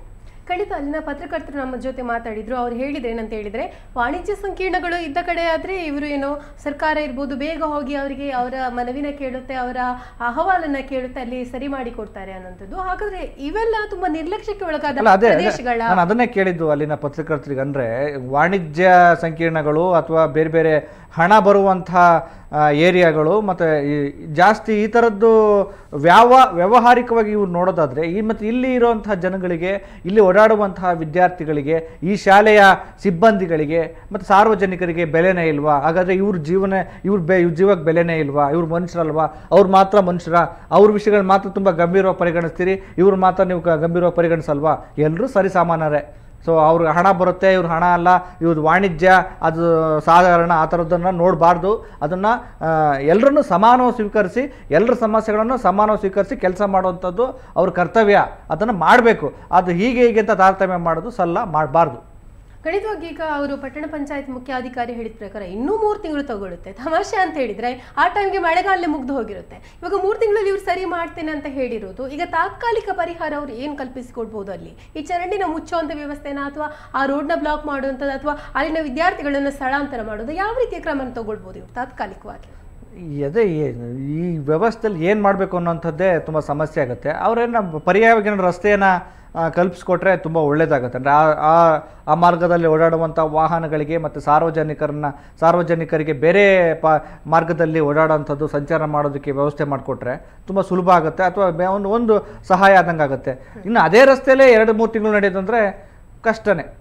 ಖಂಡಿತವಾಗಿ ಸುಮಾರು 15 ವರ್ಷಗಳಿಂದ ಇರುವಂತಹ ಈ ಒಂದು ಸಮಸ್ಯೆನ ಜನರು ಈಗ ತುಂಬಾ ಗಂಭೀರವಾಗಿ ತಗೊಂಡಿದ್ದಾರೆ. 15 ವರ್ಷಗಳಿಂದ ಕೂಡ ಅಲ್ಲಿನ ಪಟ್ಟಣ ಪಂಚಾಯತ್ ಇರ್ಬೋದು, ಶಾಸಕರು, ಜನಪ್ರತಿನಿಧಿಗಳು ತುಂಬಾ ಕಿವುಡರಾಗಿದ್ದಾರೆ ಅಂತಾನೆ ಹೇಳ್ಬೋದು. ಜನರ ಸಮಸ್ಯೆಗಳನ್ನ ಕೇಳಿಸ್ತಾ ಇಲ್ಲ. ಆದ್ರೆ ಇವಾಗ ಈ ಒಂದು ಸಮಸ್ಯೆ ಎಷ್ಟು ತೀವ್ರವಾಗಿದೆ ಅಂತ ಹೇಳಿದ್ರೆ ಅಲ್ಲಿ ಓಡಾಟಕ್ಕೆ ಕೂಡ ಸಾಕಷ್ಟು ಅನಾನುಕೂಲತೆಗಳಿದೆ.